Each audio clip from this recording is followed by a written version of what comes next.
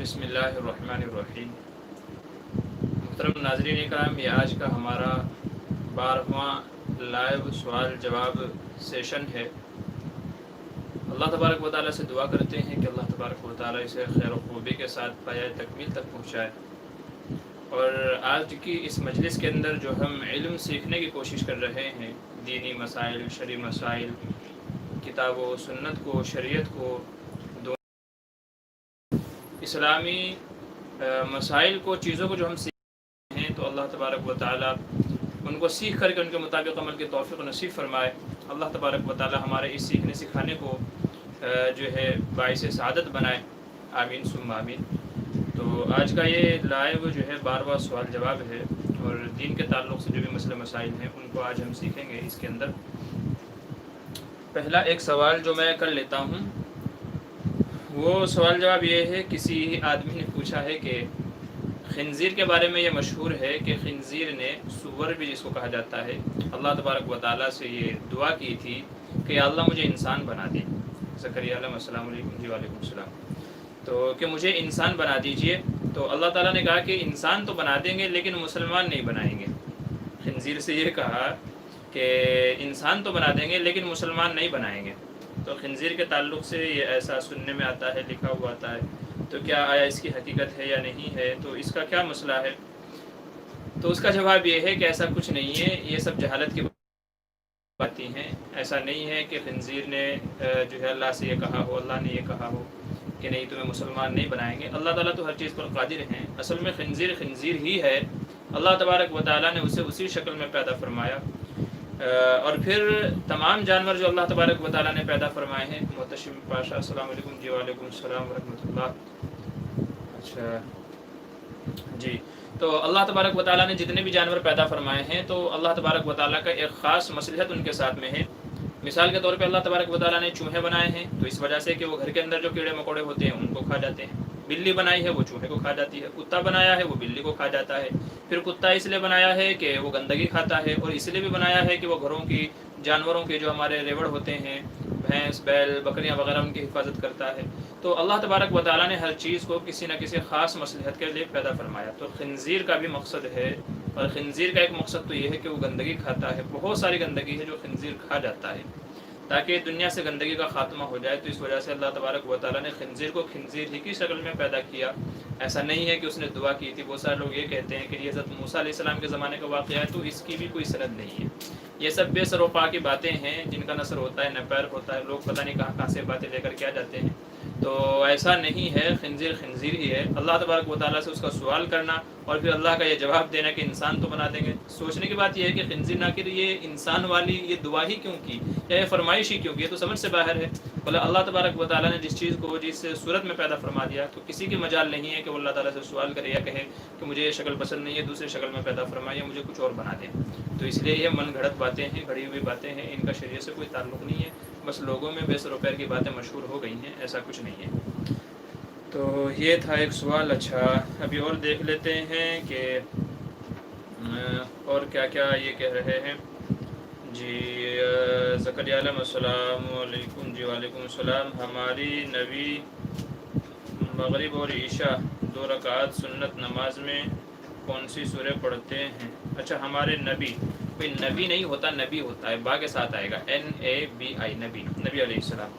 تو حضور صلی اللہ علیہ وسلم مختلف معمولات آپ کے تھے۔ عموماً آپ جو اس طرح کی، چونکہ مغرب کی نماز بھی مختصر ہوتی ہے، تو اس لیے سنتوں میں بھی مختصر نمازیں ہی پڑھا کرتے تھے۔ متعینہ طور پر کون سی صورت ہے وہ تو فی الحال میرے ذہن میں نہیں ہے۔ جمعے کے تعلق سے تو ہے کہ آپ جو ہے سب اسم ربک الاعلیٰ، اللہ تعالیٰ کا حدیث الغاشہ وغیرہ پڑھا کرتے تھے، لیکن مغرب کی سنتوں میں کون سی صورتیں پڑھتے تھے وہ فی الحال میرے ذہن میں نہیں ہے۔ بس یہ ہے کہ مختصر صورتیں پڑھا کرتے تھے، انشاءاللہ میں بعد میں دیکھ کر کے بتا دوں گا۔ اچھا، دوسرا سوال ہے آج کا، محمد علی اعزازی، یہ کہہ رہے ہیں کہ حضرت کرکٹ کھیلنا کیسا ہے؟ تو کرکٹ کھیلنا بغیر شرط کے، جس میں جوا سٹا ہوتا ہے کہ جیتنے والا جو جیتے گا اس کو انعام ملے گا، جو ہارے گا وہ پیسے دے گا، تو یہ تو جوا سٹا ہو جاتا ہے. تو اگر یہ شرطیں لگا کر کے پیسے لگا کر کے اگر کھیلا جا رہا ہے یا کوئی دعوت وغیرہ کا کہ بھائی ہارنے والا دعوت کھلائے گا جیتنے والا دعوت کھائے گا، تو اگر اس طرح کی کوئی شرط ہے وہ چاہے پیسے کی ہو وہ چاہے کھانا کھلانے وغیرہ کی ہو، تو اگر شرطوں کے ساتھ میں ہے تب تو ناجائز ہے. اور اگر ایسے ہی تفریح کے لیے اپنے آپ کو چست رکھنے کے لیے فٹ رکھنے کے لیے اگر اس طریقے سے کرکٹ کھیلا جاتا ہے جس میں کوئی لڑائی جھگڑا نہ ہو، کوئی اور بے حیائی کی باتیں نہ ہوں، بس تفریح تباہ کے لیے کھیل رہے ہیں، چستی کے لیے نشاط کے لیے، تو پھر جائز ہے. یہ کرکٹ کھیلنے کا حکم ہے، دیکھنا تو منع ہے ہی، اور اس کی وجوہات ہم نے بتائی ہیں، مفصل ویڈیو ہے ہماری کرکٹ دیکھنا کیوں منع ہے، تو وہاں دیکھ لیجیے گا. ٹھیک ہے، تو یہ مسئلہ ہے کرکٹ کے کھیلنے کا.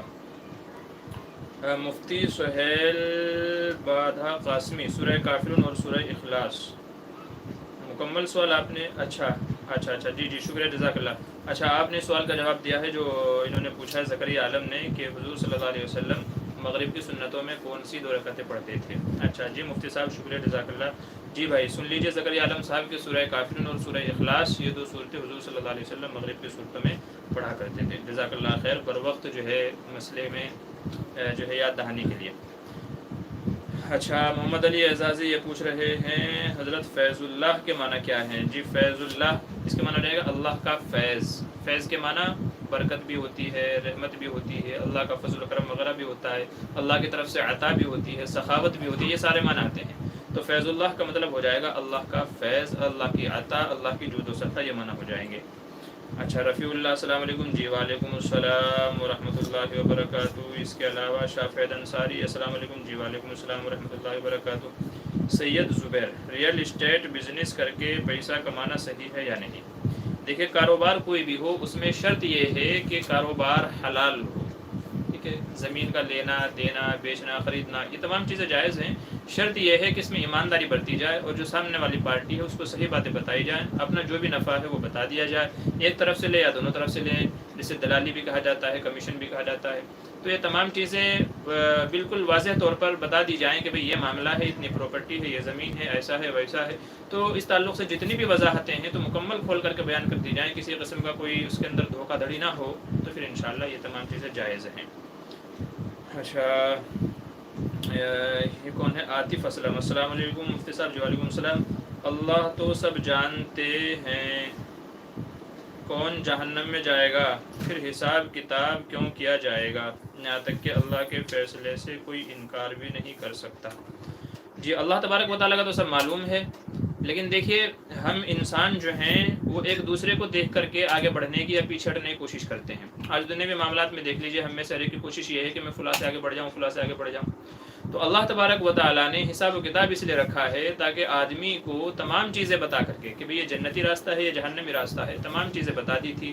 پھر بھی انسان غلط طریقے سے عمل کرتا ہے تو اللہ تبارک و تعالیٰ اسی کی پوچھ کریں گے کہ جب ہم نے تم کو صحیح بھی بتایا غلط بھی بتایا، پھر تم نے غلط بات پہ عمل کیوں کیا جبکہ تمہارے اندر قدرت تھی کہ تم صحیح بھی راستہ اپنا سکتے تھے. نمبر 1 بات. نمبر 2، اس میں ایک اعتبار سے نیک لوگوں کے لیے خوشی کا ذریعہ بھی ہے کہ نیک لوگ جنہوں نے دنیا میں اچھے عمل کیے تھے تو جب برے لوگوں کے سامنے ان کا حساب و کتاب کیا جائے گا تو ان کو خوشی ہوگی کہ ہاں واقعی ہم نے دنیا میں اللہ تبارک و تعالیٰ کی مان کر کے، اللہ کے راستے پر چل کر کے، کتاب و سنت کے راستے پر چل کر کے اچھا عمل کیا. یہی وجہ ہے کہ آج ہم جہنم سے بچ گئے ہیں. تو دنیا چونکہ یہ آزمائش کی جگہ ہے، یہاں ہر چیز سبب کے ذریعے سے جڑی ہوئی ہے. اب جو جائز سبب اختیار کرے گا وہ صحیح ہے، جو ناجائز سبب اختیار کرے گا، ذرائع اختیار کرے گا، تو اللہ تبارک و تعالیٰ کی طرف سے پکڑ ہوگی، پوچھ ہوگی. تو حساب و کتاب اس لیے ہوگا تاکہ دنیاوی زندگی جو اللہ تبارک و تعالیٰ نے دی تھی، صحیح اور غلط کی عقل اللہ تبارک و تعالیٰ نے دی تھی، تو اللہ تبارک و تعالیٰ اس کا حساب و کتاب لے سکے کہ جب چیزیں ہم نے تم کو سمجھا دی تھی تو پھر آخر وہ کون سی وجہ تھی کہ جس نے تمہیں غلط پر آمادہ کیا، گناہ پر جس نے آمادہ کیا، معصیت پر، میری نافرمانی پر تمہیں جس نے آمادہ کیا، وہ کون سی چیز تھی. یہ اللہ تبارک و تعالیٰ اس لیے جو ہے پوچھیں گے تاکہ انسان کو خود بھی اس چیز کا احساس ہو کہ ہاں واقعی مجھ سے غلطی ہوئی ہے، تاکہ انسان یہ نہ کہہ سکے کہ مولا مجھے آپ نے جہنم میں کیوں بھیجا ہے. تو اس لیے تاکہ اس کو خود بھی معلوم ہو جائے کہ میرا جرم واقعی یہ تھا کہ جس وجہ سے مجھے جہنم میں بھیجا جا رہا ہے، تو اس لیے حساب و کتاب ہوگا. اچھا، شیلیہ عائشہ پوچھ رہی ہیں وضو کے بعد آسمان کی طرف انگلی اٹھا کر دعا پڑھنا کیسا ہے؟ یہ وضو کے بعد آسمان کی طرف نگاہ اٹھا کر کے جو وضو کے بعد کی دعا ہے اس کا تو پڑھنا ثابت ہے. البتہ انگلی اٹھانے کا جو مسئلہ ہے بعض علماء کہتے ہیں کہ اس کا ثبوت نہیں ہے، لہٰذا آسمان کی طرف نگاہ اٹھا کر کے دعا تو پڑھ سکتے ہیں، انگلی اٹھانے سے بچنا چاہیے، انگلی نہیں اٹھانی چاہیے. محمد علی اعزازی پوچھ رہے ہیں حضرت محمد بلال کے معنی کیا ہیں؟ جی بلال کے معنی میرے ذہن میں نہیں ہے اس وقت. اچھا الطاف خان السلام علیکم جی وعلیکم السلام ورحمۃ اللہ وبرکاتہ. محمد دلشاد نوری یہ کہہ رہے ہیں دلشاد کے معنی کیا ہیں؟ بھائی دل کے معنی تو دل ہوتا ہی ہے ہارٹ, اور شاد کے معنی خوش, تو دلشاد کے معنی ہو جائیں گے خوش رہنے والا دل یا دل کی خوشی, یہ معنی ہو سکتے ہیں دلشاد کے. اچھا محمد شعیب مفتی صاحب آپ کون سے سال دارالعلوم دیوبند سے فراغت حاصل کی ہے؟ یہ غالباً 2012 11 یا 12 میں ہمارے دارالعلوم سے فراغت ہوئی ہے. یہ دلشاد کے معنی آپ کو بتا دیے ہیں. اچھا آصف خان پوچھ رہے ہیں السلام علیکم ورحمۃ اللہ وبرکاتہ. حضرت عمیر کے کیا معنی ہیں؟ جی بھائی عمیر کے معنی بھی میرے ذہن میں نہیں ہے ابھی, معنی جو ہے نا وہ ذہن میں رہتے نہیں ہیں. عمیر کا معنی اچھا چھوٹی عمر والا اور پیاری عمر والا. اچھا جی مفتی سہیل صاحب شکریہ جزاک اللہ معنی بتانے کے لیے. آپ نے بتا دیا عمیر کے معنی چھوٹی عمر والا پیاری عمر والا. جی لیجیے آصف بھائی آپ کے سوال کا جواب ہو گیا ہے. اچھا اے بی واحد پوچھ رہے ہیں انما الاعمال بالنیات کا مطلب کیا ہے؟ یعنی بعض لوگ کہتے ہیں ہم گالی دیتے ہیں لیکن نیت نہیں کرتے تو گناہ نہیں ہونا چاہیے. بھائی گناہ جو ہے ظاہر سی بات ہے وہ کہ اس میں مجھے ایک چٹکلا یاد آ گیا. کہتے ہیں کہ ایک جو ہے کوئی زیادہ کہتے ہیں نا 1.5 شانہ ہوتا ہے, تو 1.5 شانہ یا کہہ لیں آپ دوسرے الفاظ میں یہ کہہ لیں, مجھے کہنا اچھا نہیں لگ رہا ہے لیکن میرے حال چٹکلا بنایا ہوا ہے اس لیے عرض کر رہا ہوں کہ ایک مولوی صاحب جو ہے نا وہ ٹی وی دیکھ رہے تھے. تو بعض لوگوں نے اعتراض کیا مولوی صاحب آپ ٹی وی دیکھ رہے تھے؟ تو مولوی صاحب کہنے لگے اللہ کی قسم نفرت کی نگاہ سے دیکھ رہا تھا میں, اللہ کی قسم نفرت کی نگاہ سے دیکھ رہا تھا. تو یہ بھی ویسا ہی ہو گیا کہ گالی تو دے رہے ہیں لیکن وہ کوئی غلط نیت نہیں ہے. تو جو غلط ہے وہ غلط ہی ہوگا, اس میں آپ کی نیت کے اعتبار نہیں ہوگا. انما الاعمال بالنیات یہاں اس سے مراد جو ہے نا وہ نیک اعمال کے اندر ہے کہ آدمی جو اچھے عمل کرتا ہے اس میں اس کی نیت دیکھی جائے گی کہ یہ اچھا عمل کر رہا ہے, اس میں دکھلاوا مقصد ہے یا اللہ کی رضا مقصد ہے. جیسے نماز پڑھ رہا ہے اللہ کا حکم ہے, تو ایک تو یہ ہے لوگوں کو دکھلانے کے لیے نماز پڑھ رہا ہے, صدقہ ہے, خیرات ہے, زکوٰۃ ہے, حج ہے, پانی پلانا ہے, لوگوں کی خدمت کرنا ہے. تو یہ تمام چیزیں ایسی ہیں کہ ان میں نیت کے اوپر فیصلہ ہوگا, اعتبار ہوگا کہ آدمی نے یہ تمام اعمال جو نیک تھے ان کو کس نیت سے کیا, اللہ کی رضا اور خوشنودی کے لیے کیا ہے یا لوگوں کو دکھلانے کے لیے کیا ہے. تو اگر لوگوں کو دکھلانے کے لیے یہ تمام اعمال ہوں گے تو پھر اللہ تبارک و تعالیٰ کی طرف سے فیصلہ ہوگا کہ جن کو دکھلانے کے لیے کیا تھا جا کر کے انہیں سے اس کا بدلہ لے لو. جیسا کہ بعض حدیث میں آتا ہے کہ عالم سے بھی سوال ہوگا, مالدار سے بھی سوال ہوگا, مجاہد سے بھی سوال ہوگا, اور ان کی نیتیں چونکہ غلط ہوں گی اس لیے اللہ تبارک و تعالیٰ فرمائیں گے دنیا میں تم نے جن کے لیے کیا تھا وہ تمام کام دنیا ہی میں ہو چکے ہیں, لہٰذا ان کو اٹھا کر کے جہنم میں پھینک دو. تو اچھے اعمال کے اندر ہے, گناہ کے اس کے مطلب وہ نہیں ہے. کوئی آدمی زنا کر کے کہنے لگے بھائی میں تو اچھی نیت سے کیا تھا, تو اس میں کہاں سے اچھی نیت آ گئی؟ کوئی گالی دیتا ہے, غلط کام کرتا ہے کہ میں تو اچھی نیت سے کیا, تو اس میں نیت کا اعتبار نہیں ہوگا. نیت کا اعتبار جو ہوگا وہ مباح اور جائز کاموں کے اندر ہوگا. تو یہ مطلب ہے کہ جائز کام کیا ہے, جائز ہے, تو اگر اس میں اچھی نیت ہوگی, اخلاص ہوگی, رضا ہوگی تو اس پر اللہ تبارک و تعالیٰ ثواب عطا فرمائیں گے, اور اگر نیت اچھی نہیں ہوگی تو پھر اس عمل کا آدمی کو اجر نہیں ملے گا. یہ مطلب ہے, تو اس لیے دھوکے میں نہ رہیں. اچھا اور کیا کہہ رہے ہیں, چلیے یہ تو ہو گیا ہے. محمد شعیب پوچھ رہے ہیں مفتی صاحب کیا آپ تراویح پڑھاتے ہیں؟ جی ہاں الحمدللہ میں تراویح پڑھاتا ہوں. تقریباً 5 سال میں نے اپنے شہر سہارنپور کے اندر تراویح پڑھائی ہے, اور پھر اس کے بعد تقریباً 6 سال میں نے شہر بیجاپور کرناٹک کے اندر جو ڈسٹرکٹ کے اندر ہے تقریباً 6 سال میں نے وہاں تراویح پڑھائی ہے, اور الحمدللہ تقریباً 6 سالوں سے ممبئی کے اندر میں تراویح پڑھا رہا ہوں. تو تقریباً اتنے سال ہو گئے ہیں مجھے تراویح پڑھاتے ہوئے, الحمدللہ ہر رمضان میں پڑھاتا ہوں. بعض رمضان میں 2 میں مرتبہ قرآن کریم مکمل ہوا ہے, بعض میں 1 مرتبہ ہوا ہے. تو الحمدللہ میں تراویح پڑھاتا ہوں. ہماری والدہ کی وصیت ہے یہ کہ بیٹا کبھی بھی قرآن کریم پڑھنا تراویح میں نہیں چھوڑنا. تو انشاءاللہ امید ہے اللہ کی ذات سے, اور یہ پکا ارادہ ہے کہ انشاءاللہ مرتے دم تک قرآن کریم تراویح میں سنانا نہیں چھوڑیں گے. یہ حضور کی سنت بھی ہے انشاءاللہ. اچھا محمد شعیب مفتی صاحب انابیہ کے کیا معنی ہیں؟ جی انابیہ کے معنی ہیں متوجہ ہونے والی, رجوع اللہ, رجوع اللہ, متوجہ ہونا, رجوع کرنا, کسی کی طرف توجہ دینا, یہ انابیہ کے معنی آتے ہیں. وَإِلَى اللَّهِ اناب, اس طرح کا یہ اناب الفاظ قرآن کریم میں بھی استعمال ہوا ہے, تو اس کے معنی متوجہ ہونا, کسی کی طرف رجوع کرنا. یہ دلشاد دل خوش رہنے والا, جی یہ ہو گیا ہے. مفتی صاحب کون سا ایسا آنسو ہے جس سے وضو ٹوٹ جاتا ہے؟ کون سا ایسا آنسو ہے جس سے وضو ٹوٹ جاتا ہے؟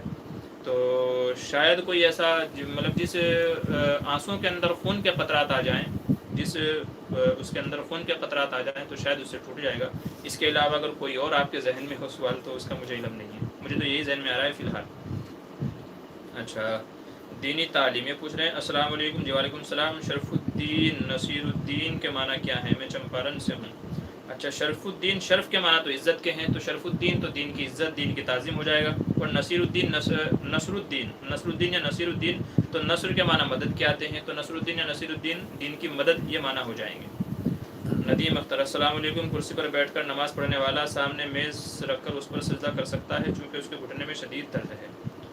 کرسی پر بیٹھنے والا آگے میز رکھ کے پھر اس پہ سجدہ کرے تو اس تکلفات سے بہتر یہ ہے کہ جتنا آدمی رکوع میں جھکتا ہے بیٹھے بیٹھے، سجدے میں اسے تھوڑا سا اور زیادہ جھک جائے۔ مزید تکلفات کی ضرورت نہیں ہے کہ آدمی چونکہ میز رکھے گا تو پھر وہ اتنی بڑی میز رکھنی پڑے گی اس کو کہ جو کرسی سے بھی زیادہ لمبی ہو، تبھی تو آدمی اس پہ آرام سے سجدہ کر پائے گا۔ تو اس لیے اس طرح کے تکلفات سے بچنے سے بہتر یہ ہے کہ آدمی رکوع میں جتنا جھکتا ہے سجدے میں اسے تھوڑا سا جھک جائے، بیٹھے بیٹھے کرسی کے اوپر اس کا سجدہ بھی ادا ہو جائے گا۔ علماء نے یہی مسئلہ لکھا ہے، کرسی پر نماز جو بیٹھ کر کے پڑھتے ہیں ان کے سجدے کا، تو اس میں بہتر ہے۔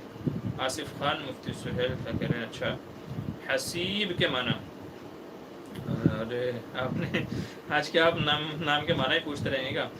حسیب کے معنی غالباً شاید اس کے معنی کچھ حساب و کتاب سے آتا ہوگا، حسیب جس کا حساب لیا جائے یا حساب و کتاب کرنے والا، اس طرح کچھ معنی آ سکتے ہیں۔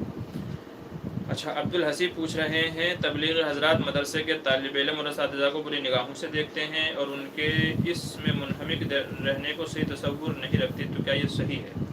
جی نہیں، دیکھیں تمام تبلیغ حضرات کو اس طرح اس میں ملوث کرنا یہ تو غلط ہے، تمام لوگ ایسا نہیں کرتے۔ بعض لوگ جن کے اندر جہالت زیادہ بھری ہوئی ہے یا جو زیادہ اس سلسلے میں تشدد اور غلو کا شکار ہیں، تو بعض آٹے میں نمک کے برابر، بلکہ ان سے بھی کم تعداد دو چار حضرات ایسے ہیں کہ جن کا یہ تصور ہو سکتا ہے، لیکن یہ تصور قطعاً غلط ہے، اس لیے کہ مروجہ تبلیغ تو ابھی کی پیداوار ہے، جبکہ دین کے اندر تعلیم و تعلم مدرسے میں یہ حضور صلی اللہ علیہ وسلم کے زمانے سے ہے۔ اصحاب صفہ کون نہیں جانتا، جو مدرسہ تھا صحابہ کرام رضی اللہ عنہم کا، تو وہاں پر دین کی ہی تعلیم و تعلم ہوتی تھی۔ تو اصل تو قرآن کریم، احادیث وغیرہ اس کی تعلیم ہی اصل ہے، تبلیغ تو بعد میں ہے۔ تو اس لیے طلباء کو، اساتذہ کو، علماء کو غلط نظروں سے دیکھنا، یہ جو بندہ اس کام کے اندر ساتھ نہیں دیتا اس کو غلط سمجھنا، تو یہ ان کی جہالت ہے اور جہالت کا کوئی علاج نہیں ہے۔ وَإِذَا خَاطَبَهُمُ الْجَاهِلُونَ قَالُوا سَلَامًا، تو پھر ان کے سلام ہی بہتر ہے کہ بھائی ٹھیک ہے، جو تم کو سمجھنا ہے سمجھتے رہو۔ بہرحال اس طرح کا تصور کرنا اور علماء طلباء کو غلط سمجھنا یہ بالکل غلط اور جہالت بھری بات ہے۔ جو لوگ اس کے اندر ملوث ہیں ان کو بھی اس سے باز آنا چاہیے۔ الطاف خان کہہ رہے ہیں محمد نعمان علی گڑھ، السلام علیکم۔ جی وعلیکم السلام ورحمۃ اللہ وبرکاتہ۔ بہت زیادہ کیا ہے ناگفتہ بھی ہیں۔ اچھا، آپ کے حالات، جی اللہ تبارک و تعالیٰ آپ کے حالات کو درست فرمائے۔ اگر آپ کسی قسم کی پریشانیوں میں ہیں تو اللہ تبارک و تعالیٰ آپ کے حالات کو درست فرمائے۔ نابیہ کے معنی، جی مفتی صاحب انہوں نے نابیہ نہیں انابیہ کے معنی پوچھے ہیں، تو انابیہ کے معنی ہم نے بتایا تھا، متوجہ ہونے والے۔ اچھا، پیارے بچے یہ پوچھ رہے ہیں خلا کے بعد رجوع کی صورت بتائیے۔ خلا کے بعد دیکھیں، خلا جو ہے نا وہ طلاق بائن کے حکم میں ہوتی ہے، اور طلاق بائن کے بعد رجوع نہیں ہوتا بلکہ نکاح ہو سکتا ہے۔ تو اس لیے اگر کسی نے خلا کیا تھا اور خلا میں 1 یا 2 طلاق دی تھی، تو پھر اس کے بعد جو ہے نا نکاح کر کے دوبارہ رشتہ ازدواج میں جب عدت گزر جائے تو رشتہ ازدواج میں آپس کی رضامندی سے دوبارہ نکاح ہو سکتا ہے۔ لیکن اگر خلا میں 3 طلاق دی تھی تو پھر دوبارہ نکاح نہیں ہوگا۔ باقی خلا چونکہ طلاق بائن کے حکم میں ہوتی ہے، اس لیے خلا میں رجوع نہیں ہوتا۔ اچھا، عبد الحسیب طلباء کو پڑھانا ضروری ہے تبلیغی جماعت میں نکلنا؟ جی نہیں، طلباء کے لیے ضروری ہے پڑھنا۔ جب وہ پڑھ کر کے فارغ ہو جائیں پھر ان کو جہاں جانا ہے وہ چلے جائیں، کیونکہ اگر وہ پڑھائی کے زمانے میں تبلیغی جماعت کے اندر نکلیں گے تو اس سے ان کا حرج ہوگا۔ جو اصل مقصد ان کا دین کی تعلیم و تعلم ہے اس کے اندر یہ چیز رکاوٹ بنے گی۔ اس لیے طلباء کو چاہیے کہ تبلیغ میں وقت کم لگائیں اور پڑھنے میں، تعلیم و تعلم میں وقت زیادہ لگائیں۔ اس لیے حسیب حساب کرنے والا، جی ٹھیک ہے، حسیب کے معنی ہے حساب کرنے والا۔ تو یہ مسئلہ ہے طلباء کا جماعت میں وقت لگانا۔ چنانچہ دارالعلوم دیوبند نے بھی اپنے یہاں یہی اصول نکالا تھا، ضابطہ نکالا تھا کہ طلباء کو تبلیغ جماعت میں بالکل بھی جانے کی اجازت نہیں ہے، کیونکہ اصل وہ تبلیغ میں جانے کے لیے نہیں آئے بلکہ یہاں علم دین حاصل کرنے کے لیے آئے ہیں۔ جب علم دین حاصل کر لیں پھر اس کی مرضی ہے جہاں جائے، کیونکہ ماں باپ نے یہاں جو بھیجا ہے وہ عالم بنانے کے لیے بھیجا ہے، علم حدیث پڑھنے کے لیے بھیجا ہے، چلے چار جماعت میں بھیجنے کے لیے نہیں۔ وہ تو آدمی اپنے گھر سے بھی جا سکتا ہے، اسے مدرسہ آنے کی کیا ضرورت ہے؟ تو اصل میں مدرسے آنے کا مقصد یہ ہے کہ آدمی دینی تعلیم حاصل کرے، تو اصل اس کا مقصد جس مقصد کے لیے آیا ہے وہ مقدم ہونا چاہیے دوسری چیزوں کے مقابلے میں۔ اچھا، کیا کہہ رہے ہیں یہ؟ اچھا ہو گیا ہے۔ عاطف اسلم، اللہ قرآن میں فرماتے ہیں کہ تمہارے عبادت سے ہماری شان میں کوئی فرق نہیں پڑتا، آگے پھر کہتے ہیں کہ میں نے جن اور انسان کو محض اپنی عبادت کے لیے پیدا کیا۔ ذرا بتائیے، سمجھ میں نہیں آیا۔ جی دیکھیں، انسان جو عبادت کرتا ہے وہ اس کے اپنی ذات کے نفع کے لیے ہے۔ اللہ تبارک و تعالیٰ کو ہم انسانوں کی عبادت کی ضرورت نہیں ہے کہ ہم اس کی عبادت کریں تو ہی پتہ چلے گا کہ ہاں بھائی اللہ کوئی چیز ہے، اللہ ہے، ہماری عبادت سے ہی پتہ چلے گا یا اللہ کو خوشی ہوگی، تو ایسا نہیں ہے۔ ہم جو عبادت کرتے ہیں اس کے اصل میں ہم خود ہی محتاج ہیں، عبادت سے ہمارا ہی فائدہ ہے۔ اللہ تبارک و تعالیٰ کی عبادت کے لیے تو فرشتے اور یہ کائنات کی دیگر مخلوقات بہت ہیں، تو اللہ کو ہماری عبادت کی ضرورت نہیں ہے۔ پوری دنیا اگر اللہ کی عبادت نہ کرے تو اللہ کی شان الوہیت میں تب بھی کوئی فرق نہیں پڑتا۔ پوری دنیا اگر کافر ہو جائے تو اللہ کو تب بھی کوئی فرق نہیں پڑتا۔ پوری دنیا مسلمان ہو جائے، نمازوں کے پابند ہو جائے، تو اللہ کو تب بھی کوئی فرق نہیں پڑتا۔ ہاں، انسان کو اللہ تبارک و تعالیٰ نے پیدا کیا ہے تو اس کا ایک مقصد ہے، جس مقصد کے لیے انسان نے پیدا کیا، لیکن اس مقصد سے اللہ کی پہچان ہو یہ کوئی ضروری نہیں ہے۔ مثال کے طور پہ پنکھا ہے تو اس کا ایک مقصد ہے ہوا دینا، اے سی ہے اس کا ایک مقصد ہے ٹھنڈک دینا، ایسے ہی گاڑی ہے اس کا مقصد ہے کہیں پہنچانا۔ تو دنیا کی ہر چیز کسی نہ کسی مقصد کے لیے پیدا کی گئی ہے، ٹھیک ہے؟ تو ایسے ہی انسان کو اللہ تبارک و تعالیٰ نے پیدا کیا اور ساتھ میں اس کا مقصد بھی بتا دیا کہ بھئی اصل تو ہم نے تمہیں اپنی عبادت کے لیے پیدا کیا ہے، لیکن تمہاری عبادت سے ہماری شان میں کوئی فرق آ جائے تو ایسا نہیں سمجھنا، بلکہ تمہاری عبادت سے تمہیں کو فائدہ ہوگا یا تمہیں کو نقصان ہوگا۔ تو دونوں آیتوں کا یہ مطلب ہے۔ اچھا، الطاف خان خون نعمان علی گڑھ، کیا کہہ رہے ہیں خون نعمان؟ اچھا ٹھیک ہے۔ مفتی صاحب، مرید کسے کہتے ہیں؟ حسیب کے معنی ہم نے بتا دیا، حساب لینے والا، حساب کرنے والا۔ مرید کسے کہتے ہیں؟ تو مرید تو اس کو کہتے ہیں کہ جو کسی سے اس کے اخلاق دیکھ کر کے یا اس کی دینداری دیکھ کر کے یا کسی سے متاثر جو ہو جائے اور اس کو اپنا بڑا ماننے لگے تو اس کو مرید کہتے ہیں۔ اسے مرید کہتے ہیں کہ جو کسی کو ماننے لگ جائے، کسی کا معتقد ہو جائے، کسی کو اپنا بڑا سمجھ لے تو اس کو مرید کہا جاتا ہے۔ پیر و مرید کے سلسلے میں لفظ استعمال ہوتا ہے۔ اچھا، کیا خلا کے بعد رجوع کیا جا سکتا ہے؟ جی نہیں، میں نے آپ کو بتا دیا ہے، نہیں ہوگا۔ ہندو بھائی سے دوستی رکھ سکتے ہیں کیا؟ جی دیکھیں، قرآن کریم میں اللہ تبارک و تعالیٰ نے دلی دوستی سے منع فرمایا، یا ایھا الذین آمنوا لا تتخذوا عدوی وعدوکم اولیاء تلقون الیہم بالمودۃ وقد کفروا بما جاءکم من الحق یخرجون الرسول وایاکم ان تؤمنوا باللہ ربکم۔ تو یہاں پر اللہ تبارک و تعالیٰ نے مسلمانوں کو غیر مسلموں سے دوستی سے منع فرمایا، اور اس کی وجہ یہ بتائی گئی ہے کہ چونکہ مبادہ ان کے کفریہ شرکیہ عقائد، ان کی باتیں آپ کو متاثر کر کے اللہ تبارک و تعالیٰ سے اور راہ راست سے نہ ہٹا دیں، تو اس لیے منع کیا گیا کہ ان سے دلی دوستی نہیں رکھنی چاہیے، کیونکہ آدمی کا جس سے دلی دوستی ہو جاتی ہے، دلی اٹیچمنٹ ہو جاتا ہے، تو پھر اس کی رعایت میں یا اس کو خوش رکھنے کے لیے یا اس کی ناراضگی سے بچنے کے لیے کبھی کبھی آدمی حرام کے ارتکاب کر لیتا ہے، تو اس لیے منع فرمایا۔ ہاں، بات چیت، حسن سلوک، دوسروں کا خیال رکھنا، اس سے اسلام نے منع نہیں کیا، بلکہ اس کی تو تلقین کی ہے کہ ایک انسان ہونے کے ناطے ہمیں سب کا خیال رکھنا ہے، سب کو خوش رکھنا ہے، جہاں تک بھی ہو سکے ہمیں دوسروں کی خدمت کرنی ہے، لیکن دلی دوستی نہیں کرنی ہے، کیونکہ مبادہ یہ چیز تمہارے ایمان کے جانے کا سبب نہ بن جائے، یہ مطلب ہے۔ اچھا، اگر کوئی میت پر روئے اور آنسو نکل آئے تو کیا میت کے لیے دریا بن جاتا ہے؟ محمد غفران کا سوال ہے۔ جی نہیں، ایسی کوئی روایت نہیں ہے۔ ہاں، یہ تو ہے کہ میت پر رونے سے میت کو عذاب ہوتا ہے، ایسا بعض حدیث میں آیا ہے، اس لیے میت پر نوحہ کرنے سے، رونے سے منع کیا گیا ہے۔ یہاں پر آپ کو ایک چٹکلا سناتا چلوں۔ کہتے ہیں کہ ایک آدمی اپنی بیوی کے قبر پہ جا کے بڑا روتا تھا، بہت روتا تھا۔ جب ایک زمانہ گزر گیا تو لوگوں کو اس پہ بڑا ترس آیا، اور لوگوں نے اس سے کہا کہ بھئی آپ کو اپنی بیوی سے بڑی محبت تھی، جو آپ جو ہے یہاں روزانہ آ کر کے روتے ہیں، ایک زمانہ ہو گیا آپ کو۔ تو کہنے لگا محبت مجھے کچھ نہیں ہے اس سے۔ تو لوگوں نے تعجب سے پوچھا کہ پھر آپ آ کے اتنا روتے کیوں ہو یہاں؟ کہنے لگے مجھے یہ بات پہنچی ہے کہ رونے سے میت کو عذاب دیا جاتا ہے، رونے سے میت کو عذاب دیا جاتا ہے، اس لیے میں یہاں کر کے روتا ہوں۔ تو میت پر روئے اور آنسو نکل آئے تو وہ دریا نہیں بن جاتا، البتہ میت پر رونے سے منع کیا گیا ہے کہ اس سے اس کو عذاب دیا جاتا ہے، ایسا بعض حدیث میں ہے، تو اس لیے میت پر رونا نہیں چاہیے۔ ہاں، غم کی وجہ سے آنسو بے اختیار نکل آئیں، غم سے بے اختیار آنسو نکل آئیں تو اس میں مذائقہ نہیں ہے، حرج نہیں ہے۔ بعض روایت میں یہ ہے کہ جب آپ صلی اللہ علیہ وسلم کے صاحبزادے حضرت ابراہیم کا انتقال ہوا تو حضور صلی اللہ علیہ وسلم کے آنسو نکل آئے، تو کسی صحابی نے پوچھا یا رسول اللہ صلی اللہ علیہ وسلم آپ بھی روتے ہیں؟ آپ نے فرمایا میں بھی انسان ہوں، مجھے بھی دکھ متاثر کرتے ہیں جیسے عام لوگوں کو متاثر کرتے ہیں۔ تو اگر بے اختیار آنسو نکل آئیں تو وہ تو ایک الگ بات ہے، وہ تو انسان کا خاصہ ہے، انسان ہونے کی بات ہے، دکھ ہوتا ہی ہے، لیکن جان بوجھ کر کے رونا، چلانا، اس کے جو ہے نام لے کر کے اس کی صفات کو بیان کر کے رونا، تو یہ سب غلط ہے، یہ سب گناہ کے اندر داخل ہیں۔ اچھا، شاہ فہد انصاری کہہ رہے ہیں what is the meaning of Shah Fahad? Shah کے معنی تو بادشاہ کے آتے ہیں، اور فہد کے معنی کیا ہیں وہ ابھی میرے ذہن میں نہیں ہے۔ شاہ فہد یاد آئے گا تو میں انشاءاللہ بتا دوں گا۔ اچھا، قیام الدین قاسمی، السلام علیکم، لائف انشورنس کروانا کیسا ہے؟ جی لائف انشورنس کروانا جائز نہیں ہے، علماء نے لائف انشورنس سے منع کیا ہے۔ کیوں؟ اس لیے کہ اللہ تبارک و تعالیٰ کا فرمان ہے قرآن کریم میں، ان اللہ اشتری من المؤمنین انفسهم واموالهم بان لهم الجنہ، تو یہ جان ہماری اپنی نہیں ہے بلکہ اللہ تبارک و تعالیٰ کی عطا کردہ ہے، تو اس جان کے ہم مالک نہیں ہیں، جس چیز کے ہم خود مالک نہیں ہیں تو اس کا کسی دوسرے کو اختیار نہیں دے سکتے، نمبر ایک۔ نمبر دو، وجہ یہ ہے کہ انشورنس کرانا یہ ایک موہوم امر ہے، ہو سکتا ہے آدمی کا ایکسیڈنٹ ہو سکتا ہے مرے نہ مرے، تو آپ نے ایک غیر یقینی چیز کے اوپر کوئی معاملہ کر دینا شریعت اس کی اجازت نہیں دیتی ہے، تو اس لیے انشورنس سے منع کیا گیا ہے۔ لائف انشورنس، جان کا انشورنس بھی جسے کہا جاتا ہے، تو اس کی اجازت نہیں ہے اپنے اختیار سے۔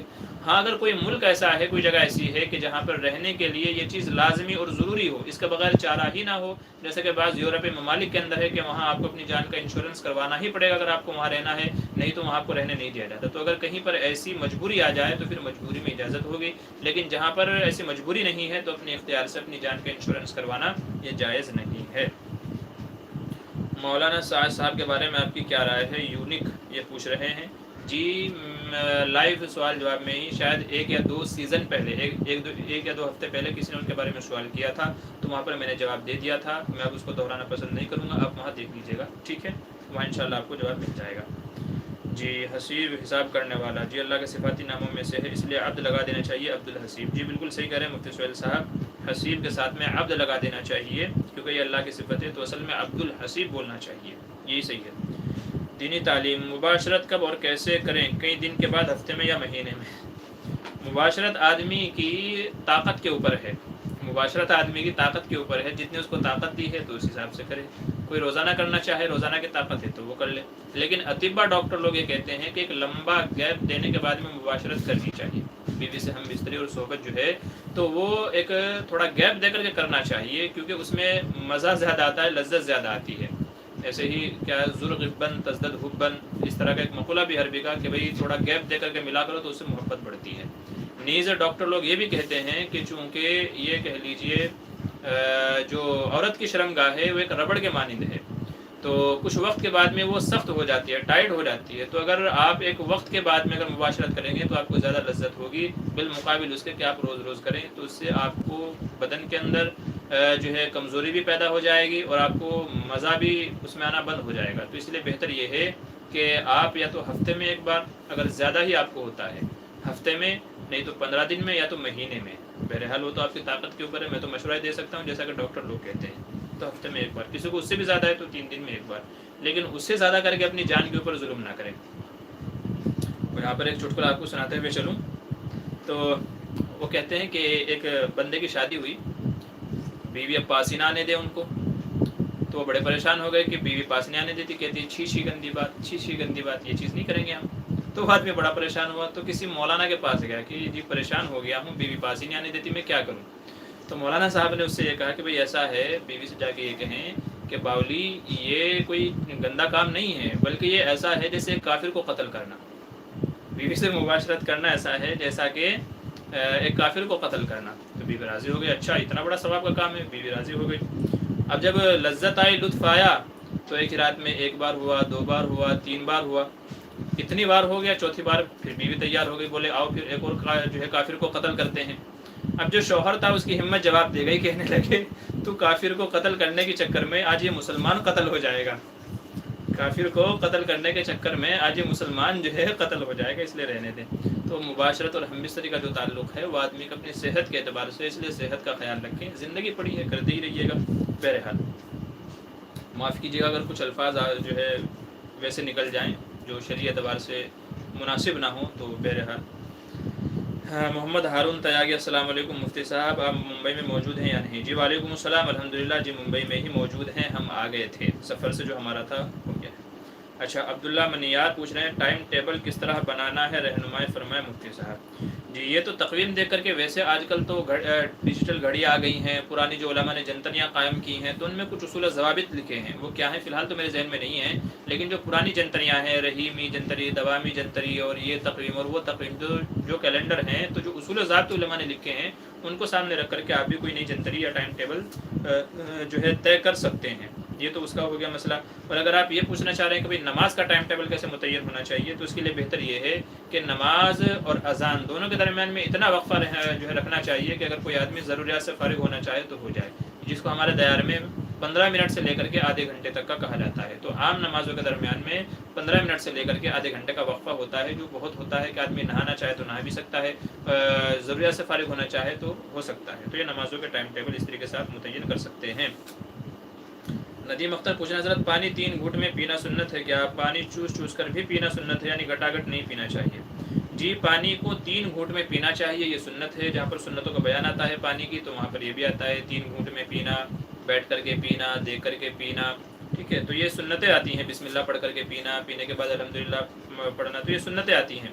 اور گٹا گٹ پینے سے اس لیے منع کیا ہے کہ اگر آدمی ایک ہی بار میں سارا پیے گا تو چونکہ جو یہ کہہ لیجیے کھانے پینے کی جو نالی ہے نا وہ دل کے قریب سے ہو کر کے گزرتی ہے، تو جب کوئی چیز منہ میں سے گرے گی تو وہ سیدھا دل پہ اثر کرے گی. ڈاکٹر لوگ لکھتے ہیں کہ اسی لیے جو بندے کھڑے ہو کر کے ایسے پانی پیتے ہیں نا، بنا منہ لگائے اوپر سے بوٹل سے پانی پیتے ہیں، تو ان کو دل کا مرض زیادہ ہوتا ہے، کیونکہ پانی جاتے ہوئے دل پہ اثر کرتے ہوئے جاتا ہے. تو اس لیے اگر گھٹا گھٹ آدمی پیے گا، بنا سانس لیے ہوئے پیے گا، ٹھہر ٹھہر کر کے نہیں پیے گا، تو اس سے آپ کو دل کی تکلیف جلدی ہونے کا خدشہ ہے، خطرہ ہے. تو اس لیے ٹھہر ٹھہر کر کے پینا، بیٹھ کر کے پینا اور 3 سانس میں پینا، اس لیے یہ سنتیں ہیں جس کے اندر بڑے فائدے ہیں.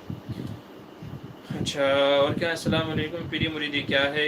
جی پیری مریدی تو وہی ہے کہ دین کے اندر جو بندہ زیادہ تقوی والا ہوتا ہے تو اس کو اپنا رہبر مان لینا اور شرعی مسائل اور شرعی چیزوں کے اندر اس سے رہنمائی لینا، یہ پیری مریدی ہوتا ہے.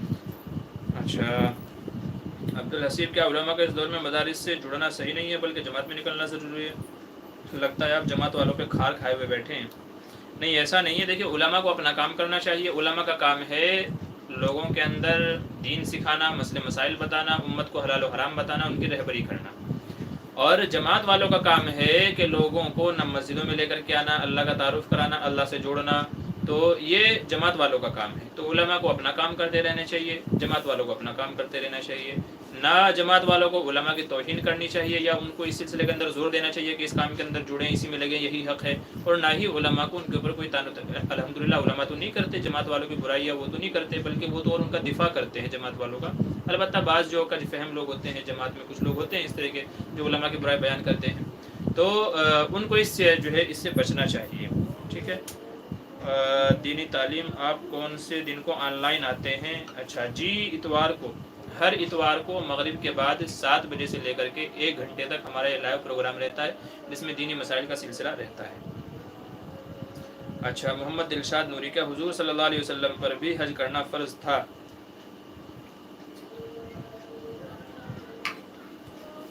دیکھیے حج کی فرضیت کا اصل یہ قرآن کریم میں ضابطہ بیان کیا گیا، وَلِلَّهِ عَلَى النَّاسِ حِجُّ الْبَيْتِ مَنِ اسْتَطَاعَ إِلَيْهِ سَبِيلًا، کہ جو اللہ کے گھر تک پہنچ سکتا ہو تو اس کے اوپر حج فرض ہے. جس کے اوپر جو ہے جو بیت اللہ تک پہنچ سکتا ہو تو اس کے اوپر حج کرنا فرض ہے.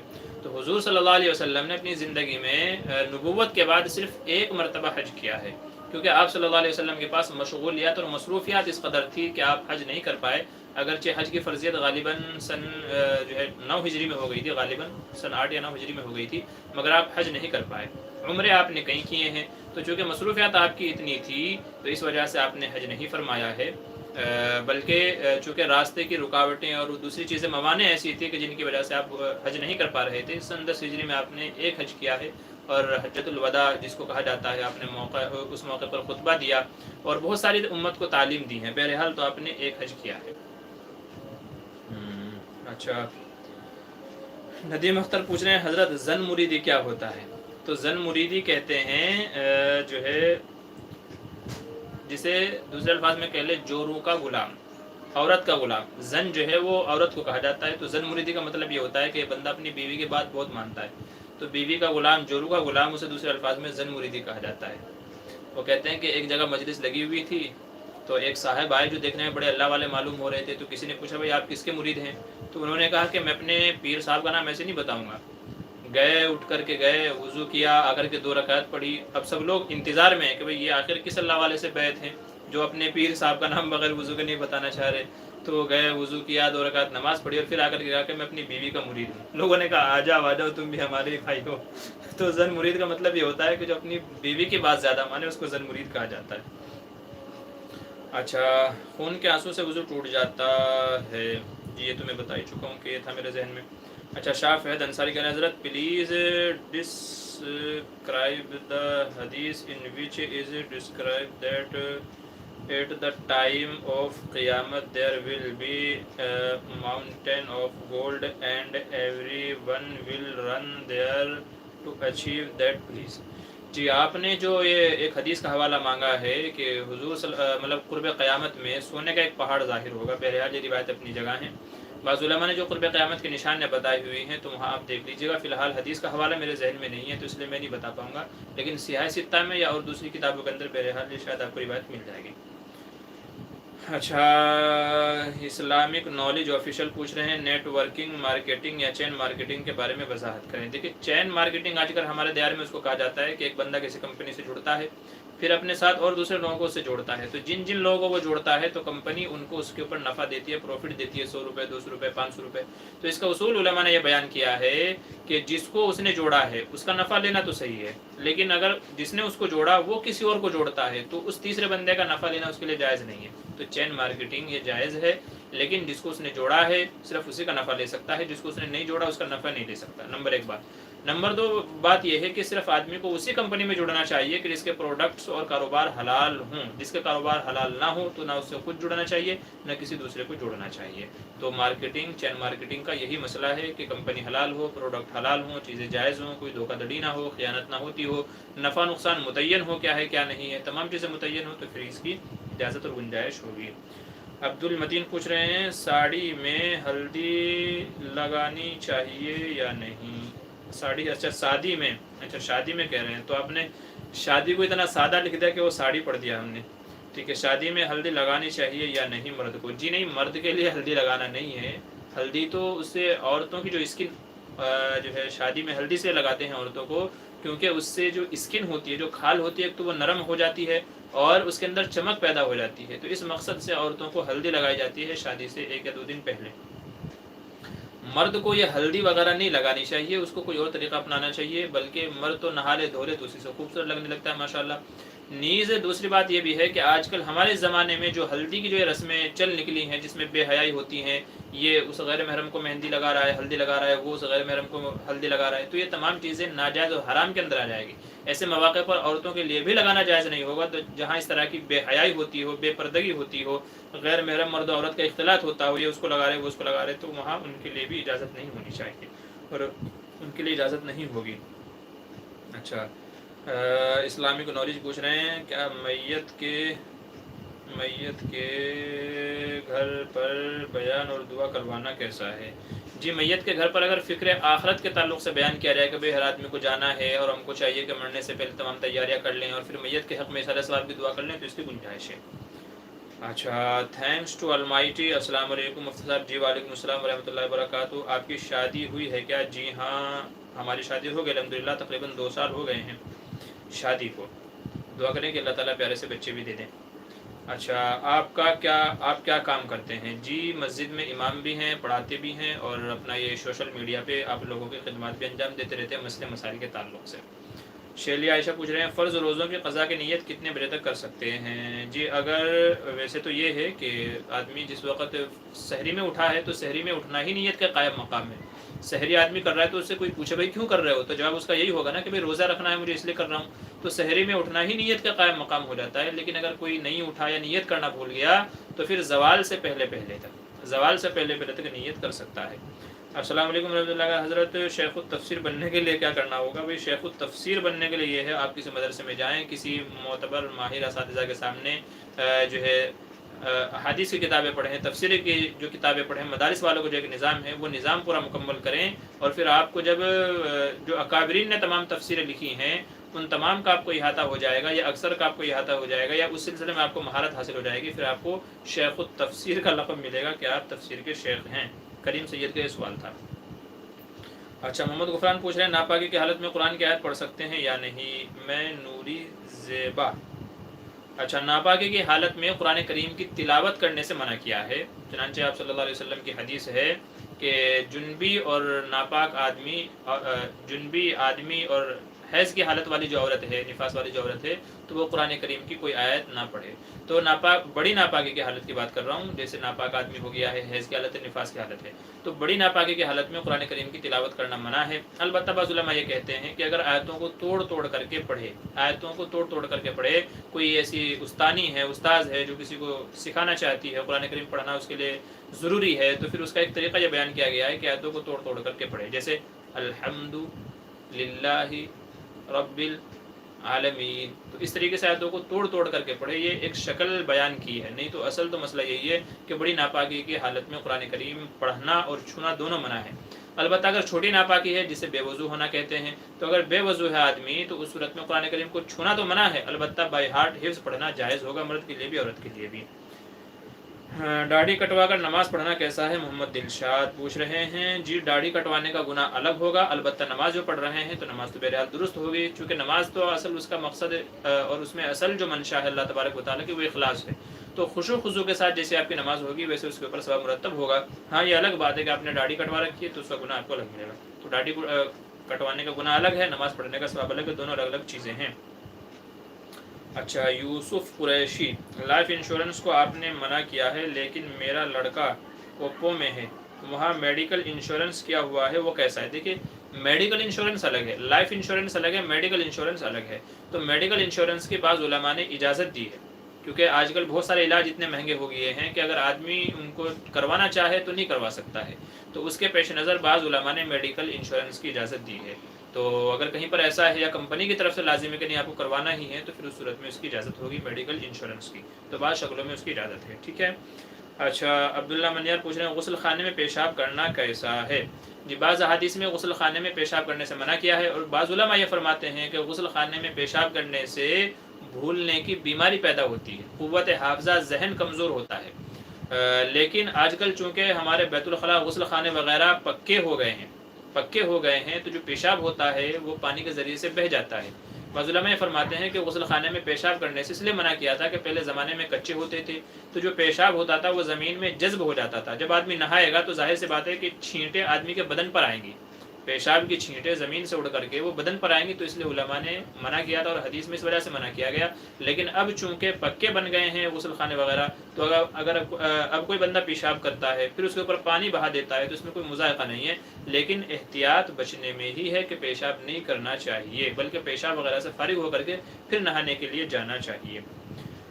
اچھا عبداللہ منیار پوچھ رہے ہیں مطالعہ کرنے کا صحیح وقت کون سا ہے؟ جی مطالعے کا وقت ایک تو رات کا ہے اور ایک فجر کے بعد کا وقت ہے، یہ دو وقت ایسے ہیں کہ اس میں کائنات سوئی رہتی ہے، اکثر لوگ سوئے رہتے ہیں، اور مطالعے کے لیے جو ہے یہ بہت ضروری ہے کہ آدمی کا ذہن فارغ ہو، کوئی آوازیں ذہن کو منتشر کرنے والی، خلجان پیدا کرنے والی چیزیں نہ ہوں، تو رات کا وقت اور صبح کا وقت یہ دونوں وقت ایسے ہیں کہ مطالعے کے لیے بہت مفید ہیں، اس میں جو اب آدمی جو ہے مطالعہ کرے گا تو دل جمی کے ساتھ کرے گا، یکسوئی کے ساتھ کرے گا، انشاءاللہ باتیں ذہن کے اندر بیٹھیں گی، تو یہ دو وقت ہیں زیادہ، اکابر کو ہم نے انہی اوقات میں مطالعہ کرتے ہوئے دیکھا ہے۔ اچھا اور کیا حضرت کیا سعید لڑکی کا نکاح غیر سید، ارے اچھا لکھ تو لیجیے بھائی صحیح سے، سید کا غیر سید سے نکاح ہو سکتا ہے، اس میں کوئی مذائقہ نہیں ہے، لڑکا سید ہے لڑکی غیر سید ہے تو بھی جائز ہے، اور لڑکی سید ہے اور لڑکا غیر سید ہے تو بھی اس کی اجازت ہے، ایسا کوئی مسئلہ نہیں ہے کہ سید کا غیر سید سے نہیں ہو سکتا، یہ تو ہم لوگوں نے دیواریں بیچ میں بنا لی ہیں، بھئی یہ جو ہے شیخ ہے یہ شیخ صحیح کرے گا، یہ انصاری ہے یہ انصاری صحیح کرے گا، یہ ملک ہے یہ ملک صحیح کرے گا، تو یہ دیواریں تو ہماری حائل ہیں، نبی کریم صلی اللہ علیہ وسلم نے تو یہ ارشاد فرمایا کہ اللہ کے یہاں تقوی زیادہ پسند ہے، ان اکرمکم عند اللہ اتقاکم، کہ بہترین تم میں سے وہ لوگ ہیں اور معزز باعث عزت وہ لوگ ہیں کہ جو اللہ کے نزدیک تقوی والے ہیں، تقوی میں جو زیادہ ہیں تو اس کا زیادہ اعتبار ہے، باقی یہ وہ سب جو ہے تو اس کا کوئی اعتبار نہیں ہے، تو اس لیے سید کا غیر سید سے نکاح ہو سکتا ہے، کر سکتے ہیں، کوئی مذاقہ نہیں ہے۔ اچھا مسجد میں رات کو سونا کیسا ہے؟ مسجد تو نماز کے لیے ہے، عبادت کے لیے ہے، سونے کے لیے نہیں ہے، البتہ امام صاحب ہیں یا جماعت والے جو جاتے ہیں تو چونکہ ان کے پاس اس کے علاوہ کوئی اور جگہ نہیں ہوتی جہاں پہ وہ قیام کر سکے، تو ایسے لوگوں کے لیے علماء نے اجازت دی ہے، باقی ہم لوگ تو اپنے گھر کے اندر جا کے سوئیں گے، مسجد میں کیوں سوئیں گے، یا کس وجہ سے سونا چاہتے ہیں تو وہ بھی بتا دیجیے تاکہ اسی کو دیکھ کر کے مسئلہ سامنے رکھ کر کے بتایا جا سکے، تو بہرحال مسئلہ یہ ہے کہ مسجد میں نہیں سونا چاہیے، مسجد تو عبادت کے لیے ہے، اگر آدمی کے پاس کوئی دوسری جگہ ہے تو وہاں اس کو جا کر کے سونا چاہیے، مسجد میں ایسے نہیں سونا چاہیے۔ اچھا یوسف قریشی جزاک اللہ، جی شکریہ جزاک اللہ۔ الطاف خان پوچھ رہے ہیں فجر کی جماعت سے کتنی دیر پہلے تک پڑھ سکتے ہیں؟ فجر کی جماعت سے کتنی دیر پہلے تک پڑھ سکتے ہیں؟ کیا پڑھ سکتے ہیں بھائی وہ تو بتا دیجئے۔ اچھا اذان اذان اذان اذان اذان فجر کی جماعت سے کتنی بھی دیر پہلے تک پڑھ سکتے ہیں؟ جب فجر کا وقت شروع ہو گیا ہے تو اس کے بعد آپ کبھی بھی پڑھ سکتے ہیں۔ آپ جماعت سے 2 منٹ پہلے، 10 منٹ پہلے، 15 منٹ پہلے کبھی بھی آپ پڑھ سکتے ہیں، لیکن بہتر یہ ہے کہ تقریباً 15-20 منٹ پہلے، کم از کم 15-20 منٹ پہلے جماعت سے آپ کو اذان پڑھنی چاہیے، تاکہ اس کے بعد لوگ سنتوں وغیرہ سے آرام سے اطمینان سے فارغ ہو جائیں اور پھر وہ آرام سے جماعت میں شامل ہو سکیں۔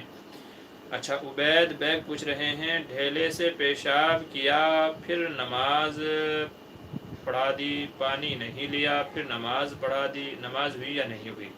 جی اصل شریعت میں منشا یہ ہے اور شریعت کا مقصد یہ ہے کہ آدمی پیشاب کے بعد یا پاخانہ کرنے کے بعد میں اس حصے کی صفائی اچھے سے ہو جائے۔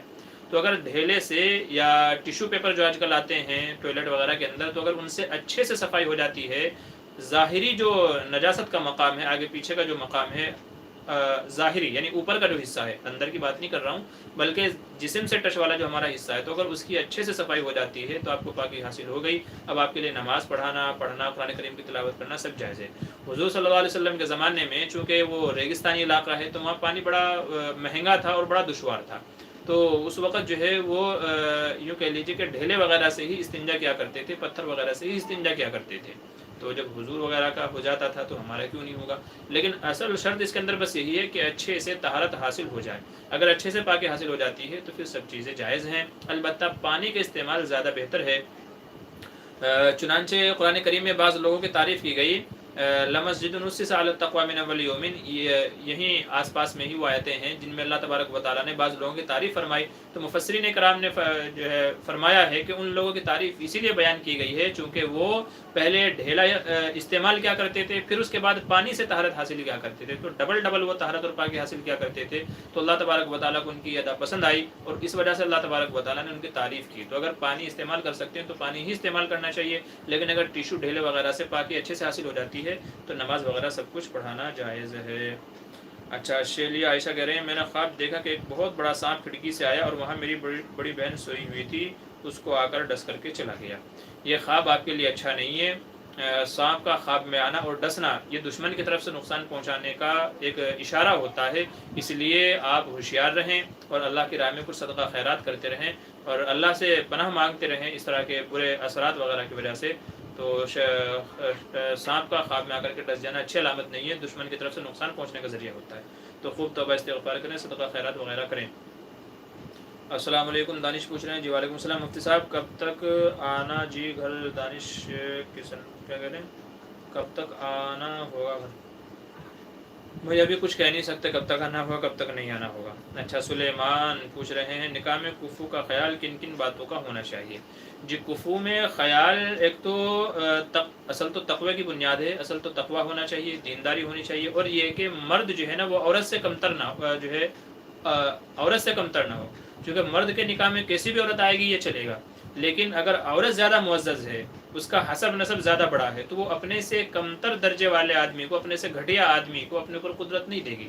جیسے ایک آدمی ہے جو بھنگی ہے اور ایک آدمی ہے کہ جو مطلب یہ کہہ لیجئے کہ اس سے بڑا اور اس سے جو ہے لیول کا آدمی ہے، تو وہ بھنگی کو کبھی بھی اپنے پاس بلانا پسند نہیں کرے گا، کیونکہ اس کی اور اس کی حیثیت میں فرق ہے۔ تو ایسے ہی عورت بھی جو بڑے خاندان کی ہے یا بڑے حسب نسب کی ہے تو وہ اپنے سے گھٹیا درجے کو اپنے اوپر قدرت دیتے ہوئے شرم محسوس کرے گی۔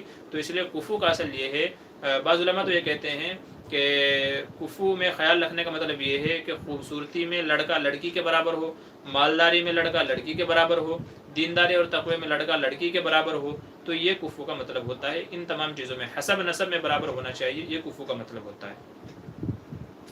اچھا ہو گیا جی جزاک اللہ خیرہ، اچھا ہو گیا ہے۔ صبح صادق سے کتنی منٹ کے بعد اذان دے سکتے ہیں؟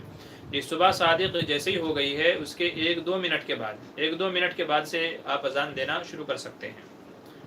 اچھا عبید بیگ پوچھ رہے ہیں نکاح پڑھانے کی اجرت لینا کیسا ہے؟ جی نکاح پڑھانے کی اجرت لی جا سکتی ہے، لے سکتے ہیں، کوئی حرج نہیں ہے، کوئی مذائقہ نہیں ہے۔ اس سلسلے میں ہماری مفصل ویڈیو موجود ہے، چونکہ آج کل لوگ جو ہے نا وہ شادیوں میں لاکھوں روپے خرچہ کریں گے، لیکن جو نکاح پڑھانے والے امام صاحب ہیں، جس نے رشتہ کرایا ہے، حلال ذریعے کے اندر، حلال بندھن کے اندر باندھا ہے، اس کو 5,000 10,000 دیتے ہوئے پھانسی چڑھتی ہے۔ کھانا بنوایا لاکھوں روپے کا، شادی میں جہیز دیا لاکھوں روپے کا، گاڑی دی لاکھوں روپے کی، لیکن جن امام صاحب نے نکاح پڑھایا، اس ذریعے کو حلال بنایا، ان کو 5,000 10,000 روپے دیتے ہوئے پھانسی چڑھتی ہے۔ تو اس لیے میں یہ کہتا ہوں کہ بھئی جس نے اس ذریعے کو حلال بنایا ہے، اس کو تو زیادہ سے زیادہ اجرت دینی چاہیے۔ لوگ وہاں بھی یہ چاہتے ہیں کہ یہاں بھی ہم کو کنسیشن ملے 1,000 روپے میں، 2,000 روپے میں، بلکہ بعض علاقوں میں مجھے سن کر کے بڑا تعجب ہوا، بڑا افسوس ہوا۔ ایک ہمارے ساتھی کہہ رہے تھے، بتا رہے تھے کہ جی یہاں تو نکاح کے صرف 300 روپے دیے جاتے ہیں، نکاح پڑھانے کے 300 روپے دیے جاتے ہیں۔ اللہ کی قسم، میں خود نکاح پڑھانے کے 5,000 سے کم نہیں لیتا، میں تو 5,000 سے کم نہیں لیتا۔ کسی کو نکاح پڑھوانا ہے تو پڑھوائے، نہیں تو کہیں اور دیکھ لیں۔ تو نکاح پڑھا رہا ہے، اس کا وقت جا رہا ہے، حلال ذریعے میں وہ آپ کو باندھ رہا ہے، شریعت کے مطابق نکاح پڑھا رہا ہے، تو اس کا حق بنتا ہے۔ تو اس لیے نکاح پڑھانے کی اجرت لینا جائز ہے، اور میں علماء سے کہتا ہوں کہ آپ کو ایسی مناسب اجرت لینی چاہیے جو بہت زیادہ بھی نہ ہو اور بہت کم بھی نہ ہو۔ تو اس لیے نکاح پڑھانے کی اجرت لینا جائز ہے، اور وہ تمام کی تمام اجرت جو بھی ہدیہ آئے گا وہ صرف اور صرف امام کا ہے، اس میں کسی کا کوئی حق نہیں ہے۔ بعض جگہ پر جو مسجد کے ذمہ دار حضرات امام صاحب کا ہدیہ رکھ لیتے ہیں، تو یہ ناجائز ہے، غصب ہے۔ ایسے لوگوں کو قیامت کے دن جواب دینا ہوگا۔ تو نکاح کا جو اجرت ہے، جو ہدیہ ہے، وہ پورا کا پورا امام صاحب کا ہے۔ اچھا، اور کیا کہہ رہے ہیں جی؟ یہ تو ہو گیا، صبح یہ بھی ہو گیا۔ اچھا، مصباحی ٹیکنالوجی پوچھ رہے ہیں، حامد حسین، ہمارے گاؤں میں 2 مساجد ہیں، ایک بڑی مسجد اور ایک چھوٹی مسجد۔ سوال یہ ہے، چھوٹی مسجد میں لاک ڈاؤن کی مدت میں نماز جمعہ شروع ہوئی اور ابھی تک جاری ہے، چند نمازوں کا سوال ہے، نماز جمعہ ادا ہوگی یا نہیں؟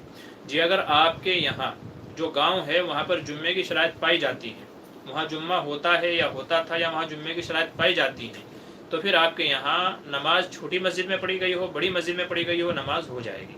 لیکن اگر آپ کے یہاں جمعے کی شرائط نہیں پائی جاتی، تو پھر چاہے جمعہ بڑی مسجد میں پڑھا جائے یا چھوٹی مسجد میں پڑھا جائے، پھر جمعہ نہیں ہوگا۔ تو اس لیے اصل یہ ہے کہ آپ کے یہاں جمعہ ہونے کی، صحیح ہونے کی شرائط پائی جاتی ہیں یا نہیں۔ شرائط اگر پائی جاتی ہیں تو پھر نماز ہو جائے گی، مسجد چھوٹی ہو بڑی ہو۔ شرائط نہیں پائی جاتی تو نماز نہیں ہوگی، مسجد چھوٹی ہو یا بڑی ہو۔ امید ہے بات سمجھ میں آ گئی ہوگی۔ اچھا، عبداللہ قاسمی پوچھ رہے ہیں، کیا کہہ رہے ہیں، چائے میں مکھی گر جائے تو کیا کرنا چاہیے؟ جی، جب کھانے وغیرہ میں، چائے وغیرہ میں مکھی گر جائے تو بعض حدیث میں یہ آتا ہے کہ مکھی کو اچھی طرح ڈبو کر کے پھر اس کا جو ہے اٹھا کر کے پھینکو، کیونکہ اس کے ایک پر میں شفا اور ایک پر میں بیماری ہوتی ہے۔ اور یہ مکھی کی عادت ہے کہ جب وہ اس کے چائے یا پانی وغیرہ کے اندر گرتی ہے، دودھ میں گرتی ہے، تو پہلے وہ پر ڈبوتی ہے جس میں بیماری ہوتی ہے۔ تو اس لیے حدیث میں فرمایا گیا کہ جب مکھی چائے پانی دودھ وغیرہ کے اندر گر جائے تو اسے اچھے طریقے سے ڈبکی دو اور ڈبا کر کے پھر پھینک دو اور اس کو پی لو، کیونکہ وہ حلال ہے، مکھی کے گرنے سے ناپاک نہیں ہوتی چیز۔ البتہ اگر کسی کی طبیعت نہ چاہے پینے کو تو وہ اس کی مرضی ہے، لیکن بہرحال وہ چیز ناپاک نہیں ہوئی، اسے پیا جا سکتا ہے، چاہے چائے ہو، پانی ہو، دودھ وغیرہ ہو، تو ناپاک نہیں ہوتا، پی سکتے ہیں۔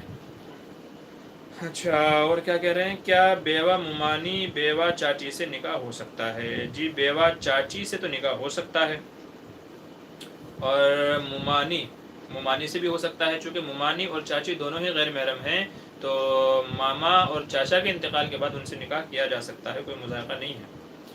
اچھا، محمد افضل جھا کہہ رہے ہیں کہ مفتی صاحب بیان کب تک چلے گا؟ اچھا جی، بیان تقریباً اور 10-15 منٹ چلے گا، بس زیادہ نہیں، کیونکہ تقریباً 52 منٹ ہو گئی ہیں، پونا گھنٹہ سے زیادہ کا ہو گیا ہے، تو 1-1.25 گھنٹے کا بیان رہتا ہے، 15-20 منٹ اور چلے گا انشاءاللہ، پھر انشاءاللہ اگلے ہفتے۔ تو ساتھی اسی حساب سے سوال کریں تاکہ 15-20 منٹ کے اندر آپ کے سوال کا جواب آ جائے۔ عبدالحسیب، دوبارہ بتا دیں، آپ فارغین مدرسے میں تدریس کے فرائض انجام دیں، تبلیغ جماعت میں کام کریں؟ بھئی جس کو جہاں اچھا لگے وہاں کر لیجئے، کیوں جماعت والوں کے آپ جو اتنا پیچھے پڑے ہوئے ہیں؟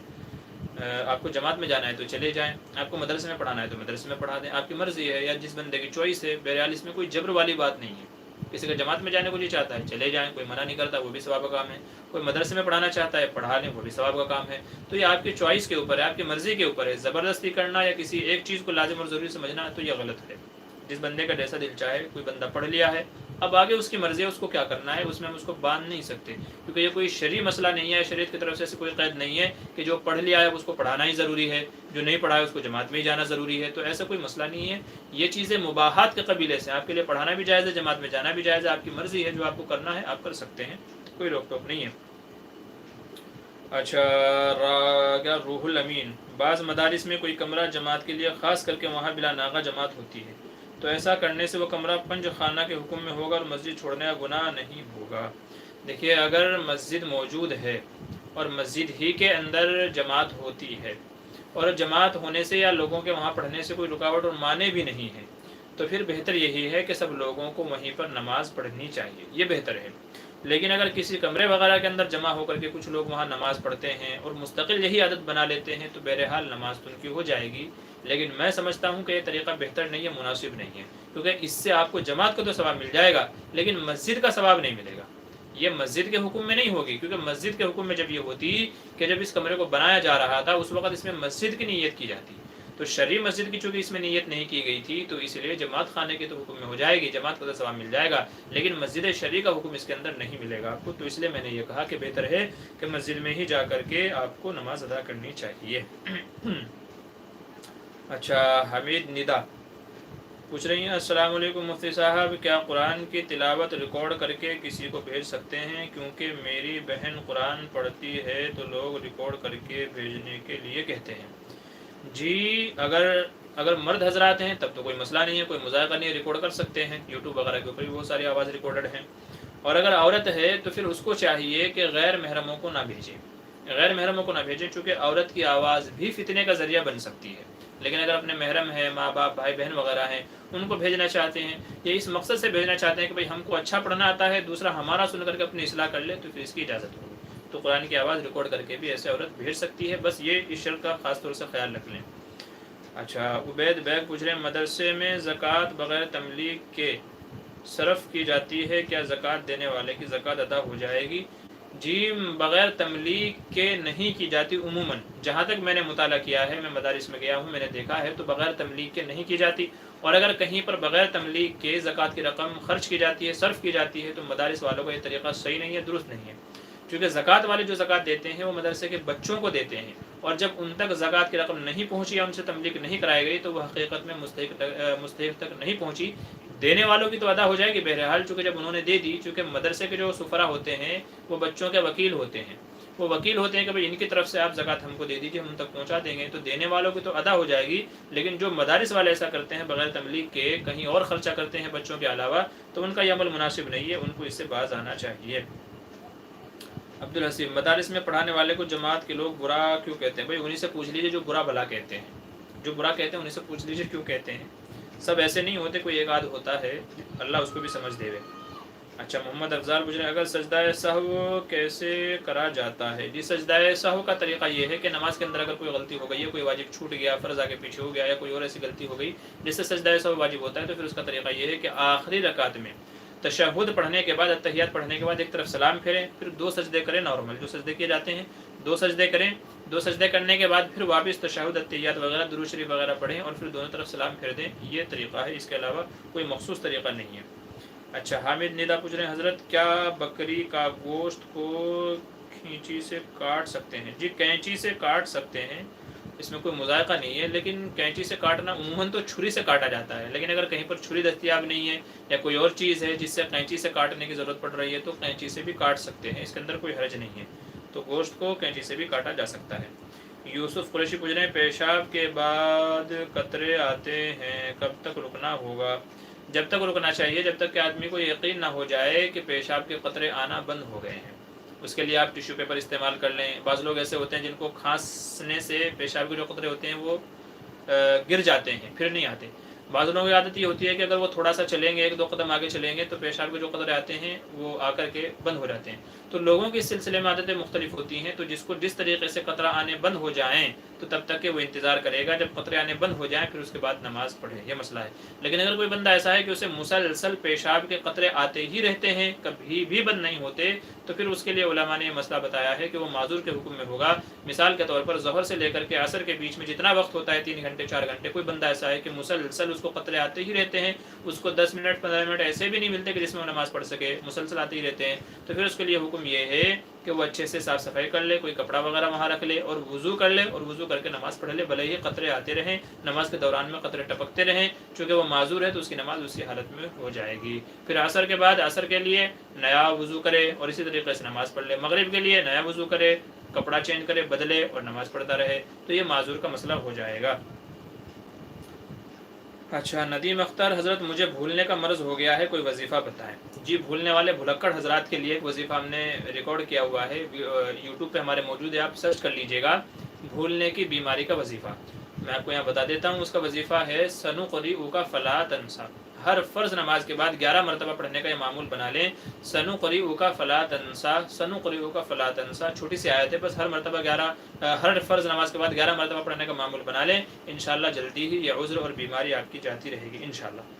میڈیکل انشورنس کو لے کے اسلام کیا اجازت دیتا ہے؟ جی میڈیکل انشورنس کی میں نے تھوڑی سی وضاحت کی ہے کہ بعض علماء نے آج کے زمانے میں اس کی اجازت دی ہے، پہلے علماء نے اجازت نہیں دی تھی، لیکن آج کے زمانے کو دیکھتے ہوئے علاج مہنگے ہو گئے ہیں، تو اس وجہ سے بعض علماء نے میڈیکل انشورنس کی اجازت دی ہے تاکہ اس سے فائدہ اٹھایا جا سکے۔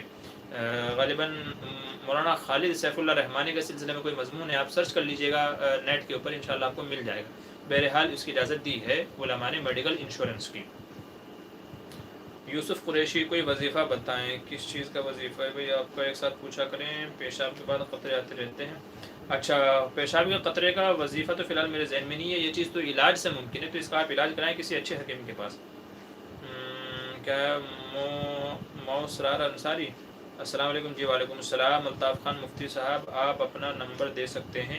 جی ہماری بہت ساری ویڈیو میں ہمارا نمبر ہے، تو پرانی ویڈیو ہے ہماری، دیکھ لیجئے، وہاں آپ کو ہمارا نام جہاں لکھا ہوا ہوتا ہے وہیں آپ کو نمبر بھی مل جائے گا۔ الطاف خان کہہ رہے ہیں مناسب سمجھیں تو دے دیں۔ اچھا جی وہیں سے لے لیجئے، نمبر ہمارا وہیں مل جائے گا۔ حضرت بچی کا کوئی اچھا سا نام بتائیں۔ جی بچی ہی آج کل تو لوگوں میں نیا نام رکھنے کا علاج کہتے ہیں مرض پیدا ہو گیا ہے، لوگوں میں مرض پیدا ہو گیا، نام نیا ہونا چاہیے جو ہمارے خاندان کیا پورے محلے میں کیا پورے گاؤں میں کسی کا نہ ہو، پوری رشتہ داری میں کسی کا ایسا نام ہونا چاہیے۔ وہ ایک بندے نے اپنی بچی کا نام رکھ دیا شرعیرہ، شرعیرہ، سورہ زلزال میں ہے نا شرعیرہ، تو کسی نے اس سے پوچھا بھائی شرعیرہ تو نے نام کیوں رکھا ہے؟ شرعیرہ کے معنی یہ ہے کہ آدمی نے جو برائی کی ہوگی تو قیامت کے دن وہ اس کو معلوم پڑ جائے گی کہ میں نے یہ برائی کی، تو شرعیرہ، تو بھائی یہ نام کیوں رکھا؟ اس سے پہلے خیریرہ آیا ہے تو خیریرہ رکھ لیتا، شرعیرہ کیوں رکھا ہے؟ تو وہ کہتا ہے کہ شرعیرہ بولنے میں جو اوڑ سا لگتا ہے، تو اس لیے شرعیرہ اس نے نام رکھ لیا۔ تو لوگ یہ نہیں دیکھتے اس کا معنی کیا ہے، اس کا مطلب کیا ہے، بلکہ نئے کے چکر میں بس نیا نام ہونا چاہیے، ان کے نام پر آدمی کو نام رکھنا چاہیے۔ عائشہ ہے، خدیجہ ہے، صفیہ ہے، ایسی ماریہ ہے، مریم ہے، اور بہت سارے نام ہیں، سینکڑوں نام ہیں، تو صحابیہ کے جو نام ہیں، صحابہ حضرات کے جو نام ہیں، ان ناموں پر نام رکھنا چاہیے، کیونکہ یہ وہ نام ہے جو حضور صلی اللہ علیہ وسلم کے سامنے تھے اور آپ خاموش رہے، آپ نے کسی کا نام بدلا نہیں۔ تو مطلب یہ ہے کہ یہ حضور کو نام پسند تھے، کیونکہ جن صحابہ کے نام آپ کو ناپسند تھے یا ان کے ناموں میں گڑبڑی تھی، حضور نے ان کے ناموں کو بدل دیا اسلام کے بعد میں۔ تو جن کو نہیں بدلا مطلب یہ ہے کہ حضور ان سے خوش تھے، یہ نام اچھے ہیں، تو صحابہ اور صحابیہ کے نام پر اپنے بچوں کا نام رکھنا چاہیے، بھلے ہی وہ ایک خاندان میں 4 کا نام کیوں نہ ہو جائے، تو انشاءاللہ اس سے بچے کے اندر اچھے اثرات آئیں گے، برکات آئیں گے۔ اچھا شیلی عائشہ زکوٰۃ کی رقم گھر پر پڑی تھی تو ہم نے ایک رشتہ دار کو ادھار کے طور پر دے دی، جب واپس دے گی اس وقت مستحق کو دے دیں گے تو کیا یہ صحیح ہے؟ جی زکوٰۃ کے بارے میں یہ بات یاد رکھ لیں کہ زکوٰۃ جتنی جلدی مستحق تک پہنچا دی جائے بہتر ہے، تو اس لیے زکوٰۃ کی رقم گھر پہ نہ رکھیں، بلکہ جلدی سے جلدی بری ذمہ اس سے ہو جائیں، تو زکوٰۃ کی رقم جلدی سے جلدی دے دینی چاہیے، اسے روک کر کے رکھنا اپنے لیے صحیح نہیں ہے۔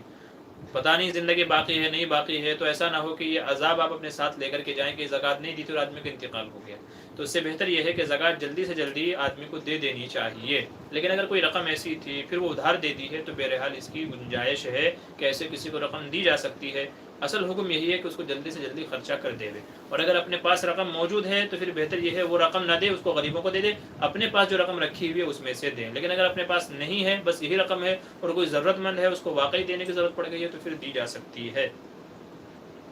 اچھا عبدالسی پوچھ رہے ہیں مدارس کے ان فارغین کو جو کسی مدرسے میں لگے ہیں، ان کا 3 دن یا چلہ نہیں لگا تو جماعت کے لوگ ایسوں کو بہتر نہیں سمجھتے، آخر ایسا کیوں؟ بھئی یہ تمام سوالات آپ جماعت والوں سے پوچھیں، ظاہر سی بات ہے کہ جس عمل میں میں ملوث نہیں ہوں یا مجھے پتہ نہیں ہے ان کی تھنکنگ کیا ہوتی ہے، تو میں اس کے بارے میں کیسے جواب دے سکتا ہوں؟ اس کے بارے میں تو وہی لوگ جواب دے سکتے ہیں کہ جو اس سلسلے سے جڑے ہوئے ہیں یا جن لوگوں کی یہ سوچ ہے، جن کی ذہنیت ہے، تو اس کے بارے میں تو یہی بتا سکتے ہیں۔ لیکن بہرحال یہ سوچ اگر ہے کسی کی، اولاً تو میں پہلے بارہا عرض کر چکا ہوں، آج کے بیان میں کم سے کم 4 بار عرض کر چکا ہوں کہ اکثر ساتھیوں کی یہ تھنکنگ اور سوچ نہیں ہوتی، بلکہ کوئی جاہل ہوتا ہے، بہت ہی زیادہ جاہل، یا کوئی بہت زیادہ غلو کے اندر مبتلا ہو جاتا ہے، تو کسی ایک آدھ کی ایسی سوچ ہو تب تو ایک الگ بات ہے، نہیں تو عموماً لوگوں کی ایسی سوچ نہیں ہوتی جماعت والوں کی، بلکہ وہ علماء کی قدر کرتے ہیں۔ تو اگر کسی کی ہے بھی تو اس کو اپنی سوچ کی اصلاح کرنی چاہیے. بہرحال یہ سوچ اچھی نہیں ہے، لیکن وہ ایسا کیوں سوچتے ہیں ظاہر سی بات ہے، دلوں کا حال تو اللہ ہی جانتا ہے، یا تو پھر وہی لوگ بتا سکتے ہیں. اچھا، یوسف قریشی جزاک اللہ خیر. ندیم اختر جزاک اللہ خیر. جی شکریہ، جزاک اللہ خیر الجزا. اللہ تعالیٰ آپ سب لوگوں کو بھی جزائے خیر عطا فرمائے. وقت ہوا جا رہا ہے، جلدی سے اگر کسی کا کوئی اور سوال ہے تو وہ پوچھ لیجیے گا، نہیں تو انشاءاللہ پھر اس کے بعد کے جو سوالات رہیں گے وہ اگلے ہفتے انشاءاللہ جو ہے آپ لوگوں کو دے دیے جائیں گے. اچھا، سوالات جو ہے نا وہ پوچھنے چاہیے جو روزمرہ کے ہوتے ہیں، جن کا ہماری زندگی سے کوئی لنک ہوتا ہے، جڑے ہوئے ہوتے ہیں، حلال و حرام کے ہوتے ہیں، جن سے ہمارے اوپر اثر پڑتا ہے. تو اس طرح کے سوالات پوچھنے چاہیے. فالتو سوالات نہیں کرنے چاہیے کہ جس میں کسی کا بھی کوئی فائدہ نہ ہو، نقصان ہو. تو ایسے سوالات نہیں پوچھنے چاہیے. اچھا، توصیف خان کہہ رہے ہیں اولاد اگر نافرمان ہو تو کیا اس کا گناہ ان کے ابو کو بھی قبر میں ہوتا ہے؟ دیکھیے، اولاد کی اچھی تربیت کرنا بارہا اور بہت ساری حدیث میں اس کو کہا گیا، بلکہ ایک حدیث میں یہ کہا گیا کہ کسی والد نے اپنی اولاد کو اس کی اچھی تربیت سے بہتر کوئی تحفہ نہیں دیا. ماں باپ اگر اپنی اولاد کی اچھی تربیت کرتے ہیں تو ان کے لیے یہی سب سے بڑھ کر کے تحفہ ہے. تو اگر اولاد نافرمان ہے یا بگڑی ہوئی ہے تو یقیناً کہیں نہ کہیں اس میں والدین کے عمل کو دخل ہوتا ہے کہ انہوں نے بروقت تنبیہ نہیں کی، ان کو سمجھایا نہیں، اچھا برا بتایا نہیں، تو کہیں نہ کہیں ان کو اس کا وہ ہوتا ہے. بہرحال لیکن یہ سمجھ لیجئے کہ والدین کے دنیا سے جانے کے بعد جب اولاد بالغ ہو جاتی ہے تو پھر وہ اپنے ہر عمل کی جواب دہ وہ خود ہے. ماں باپ کا ان سے سوال نہیں ہوگا، کیونکہ آدمی کو خود بھی پتا ہے نا کیا اچھا ہے کیا برا ہے. مجھے پتا ہے اچھا کیا ہے برا کیا ہے، پھر بھی میں غلط عمل کروں تو اس کا گناہ تو مجھے ملے گا، والدین کو کیوں ملے گا؟ یہ الگ بات ہے کہ اگر کسی والدین نے تربیت صحیح طریقے سے نہیں کی تو ان کا کچھ نہ کچھ حصہ ان کو ملے گا، اس کا سزا کہہ لیں یا جو بھی کہہ لیں، تو ان کا کچھ نہ کچھ اس سے پوچھ تاچھ ہوگی اس کے بارے میں، وہ تو ٹھیک ہے. لیکن اولاد جو بھی گناہ کرے اس کی سزا والدین کو ملے ایسا نہیں ہے. بلکہ جب آدمی بالغ ہو گیا تو اپنے ہر عمل کا جواب دہ وہ خود ہے، وہ مکلف ہو گیا ہے، وہ شریعت کے اور احکام اسلام کا مکلف ہو گیا ہے. تو وہ غلط کرے گا تو بھی گناہ اس کو ملے گا، صحیح کرے گا اچھا عمل کرے گا تو اس کا ثواب بھی اسی کو ملے گا. تو اس لیے ایسا نہیں ہے، اس مسئلے کو اچھے طریقے سے سمجھ لیجئے. اچھا، اور کیا پوچھ رہے ہیں؟ جی ہو گیا مفتی صاحب. جاتے جاتے السلام علیکم. جی وعلیکم السلام ورحمۃ اللہ وبرکاتہ. سیلیا عائشہ جی شکریہ، جزاک اللہ خیر. اچھا، ایم بی کیا کہہ رہے ہیں، نام بھی نہیں پڑھا جا رہا ہے میرے سے. تو کیا انٹرسٹ کے پیسے غریب مسلم رشتہ دار کو دے سکتے ہیں راشن کے لیے؟ جی بالکل. انٹرسٹ وغیرہ کا جو پیسہ ہے اگر اس کو واپس کرنا ممکن نہیں ہے، اصل تو یہی ہے کہ اگر کسی طریقے سے جہاں سے ہمیں انٹرسٹ آیا ہے ہم اگر کسی ذریعے سے ان تک پہنچا سکتے ہیں تو ان کو پہنچا دینا چاہیے. لیکن اگر ممکن نہیں ہے ان تک پہنچانا تو پھر وہ غریبوں کا حق ہے. اب بلکہ بعض علماء نے یہاں تک لکھا ہے کہ اگر کسی آدمی کی اپنی بالغ اولاد مستحق ہے، غریب ہے، ضرورت مند ہے، تو اپنی بالغ اولاد کو بھی انٹرسٹ کے پیسے، سود کے پیسے دیے جا سکتے ہیں. فتاوی دارالعلوم کے اندر یہ بات لکھی ہے. تو اپنی بالغ اولاد کو بھی سود کی انٹرسٹ کی رقم دی جا سکتی ہے اگر وہ مستحق ہے. بھائی بہنوں کو بھی دی جا سکتی ہے اگر وہ مستحق ہے. تایا، چچا، پھوپھا، ممانی وغیرہ ان سب کو بھی دی جا سکتی ہے اگر وہ مستحق ہیں. تو جو بندہ مستحق ہے، چونکہ انٹرسٹ وغیرہ کی رقم کے مستحق ہی غریب لوگ ہیں، تو غریبوں کو ہی دینا چاہیے اور مسلمانوں کو ہی دینا چاہیے تاکہ مسلمانوں کا ہی فائدہ ہو. تو اس لیے جو مستحق ہے اس کو دی جا سکتی ہے، وہ چاہے اپنے اولاد میں سے ہو یا چاہے وہ رشتہ داروں وغیرہ میں سے کیوں نہ ہو. اچھا، عبید بیگ پوچھ رہے ہیں بلی کا جھوٹا کھا سکتے ہیں یا نہیں؟ جی بلی کے جھوٹے کو حدیث میں پاک کہا گیا ہے کہ بلی کا جھوٹا پاک ہے، ناپاک نہیں ہے. کیوں؟ اس لیے کہ وہ گھروں میں زیادہ آتی جاتی رہتی ہے. تو گھروں میں زیادہ آتی جاتی رہتی ہے تو اس سے بچنا بڑا دشوار ہے، تو اس لیے اس کو پاک قرار دیا گیا ہے. کپڑے وغیرہ کے اوپر لگ جائے تو بھی یہی مسئلہ ہے کہ پاک اس کو کہا گیا ہے. اچھا، عبدالحسیب خواب میں اکثر احتلام ہو جاتا ہے، نہ ہونے کا عمل بتا دیں. اس کے لیے تو اصل یہ ہے کہ آپ اپنے ذہن کو پاک صاف کر کے سوئیں، کیونکہ عموماً ذہن ہی ہماری جو چیزیں ہمارے ذہن کے اندر چلتے ہیں، دماغ کے اندر جو خیالات چلتے ہیں وہی ہمارے خواب کے اندر آتے ہیں اور پھر انہی کی بنیاد پر ہمیں احتلام وغیرہ ہوتا ہے. تو اس لیے سونے سے پہلے آیت الکرسی پڑھ کر کے، معوذتین وغیرہ پڑھ کر کے، سورہ فاتحہ وغیرہ پڑھ کر کے، تو یہ تمام چیزیں پڑھ کر کے سوئیں اور ذہن کو پرسکون کر کے سوئیں. تو انشاءاللہ جب ذہن پرسکون ہوگا، گندے خیالات نہیں آئیں گے، گندے خواب نہیں ہوں گے، تو احتلام بھی آپ کو نہیں ہوگا. اچھا، معروف موہو السلام علیکم مفتی صاحب. جی وعلیکم السلام ورحمۃ اللہ وبرکاتہ. الطاف خان مفتی صاحب مقرر وقت خیال رکھنا کیسا ہے؟ مفتی صاحب مقرر وقت خیال رکھنا کیسا ہے؟ جی میں آپ کا سوال نہیں سمجھ پا رہا ہوں کہ آپ کیا کہنا چاہ رہے ہیں، ذرا دوبارہ سے بتا دیجیے.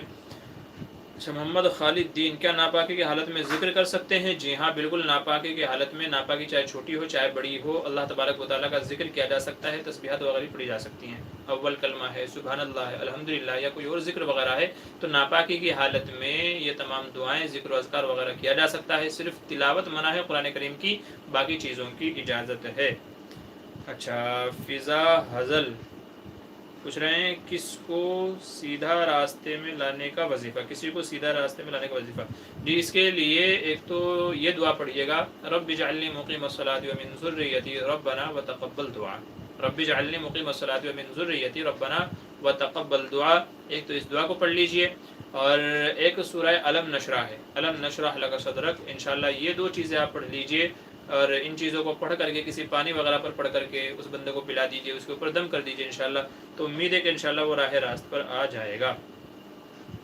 اچھا توصیف خان پوچھ رہے ہیں بلی اگر کنواں اچھا ویل گر کر مر جائے تو کنویں کا پانی کیسے پاک ہوگا؟ جی وہ کتنے ڈول نکالنا ہے وہ تو مجھے یاد نہیں، غالباً 200 یا 300 ڈول اگر نکال دیے جائیں، بالٹی جسے بھی ہم کہتے ہیں، تو اگر وہ گر کر کے مر گئی ہے، پھول گئی ہے، پھٹ گئی ہے، تو غالباً 200 یا 300 ڈول ہیں پانی کے، اگر اتنی مقدار میں پانی نکال دیا جائے تو پانی پاک ہو جائے گا۔ اچھا روح الامین کہہ رہے ہیں حیض کی عادت 6 دن کی تھی، 6 دن میں خون بند ہو کر دوبارہ 8ویں دن آیا، خون آنا حیض یا استحاضہ؟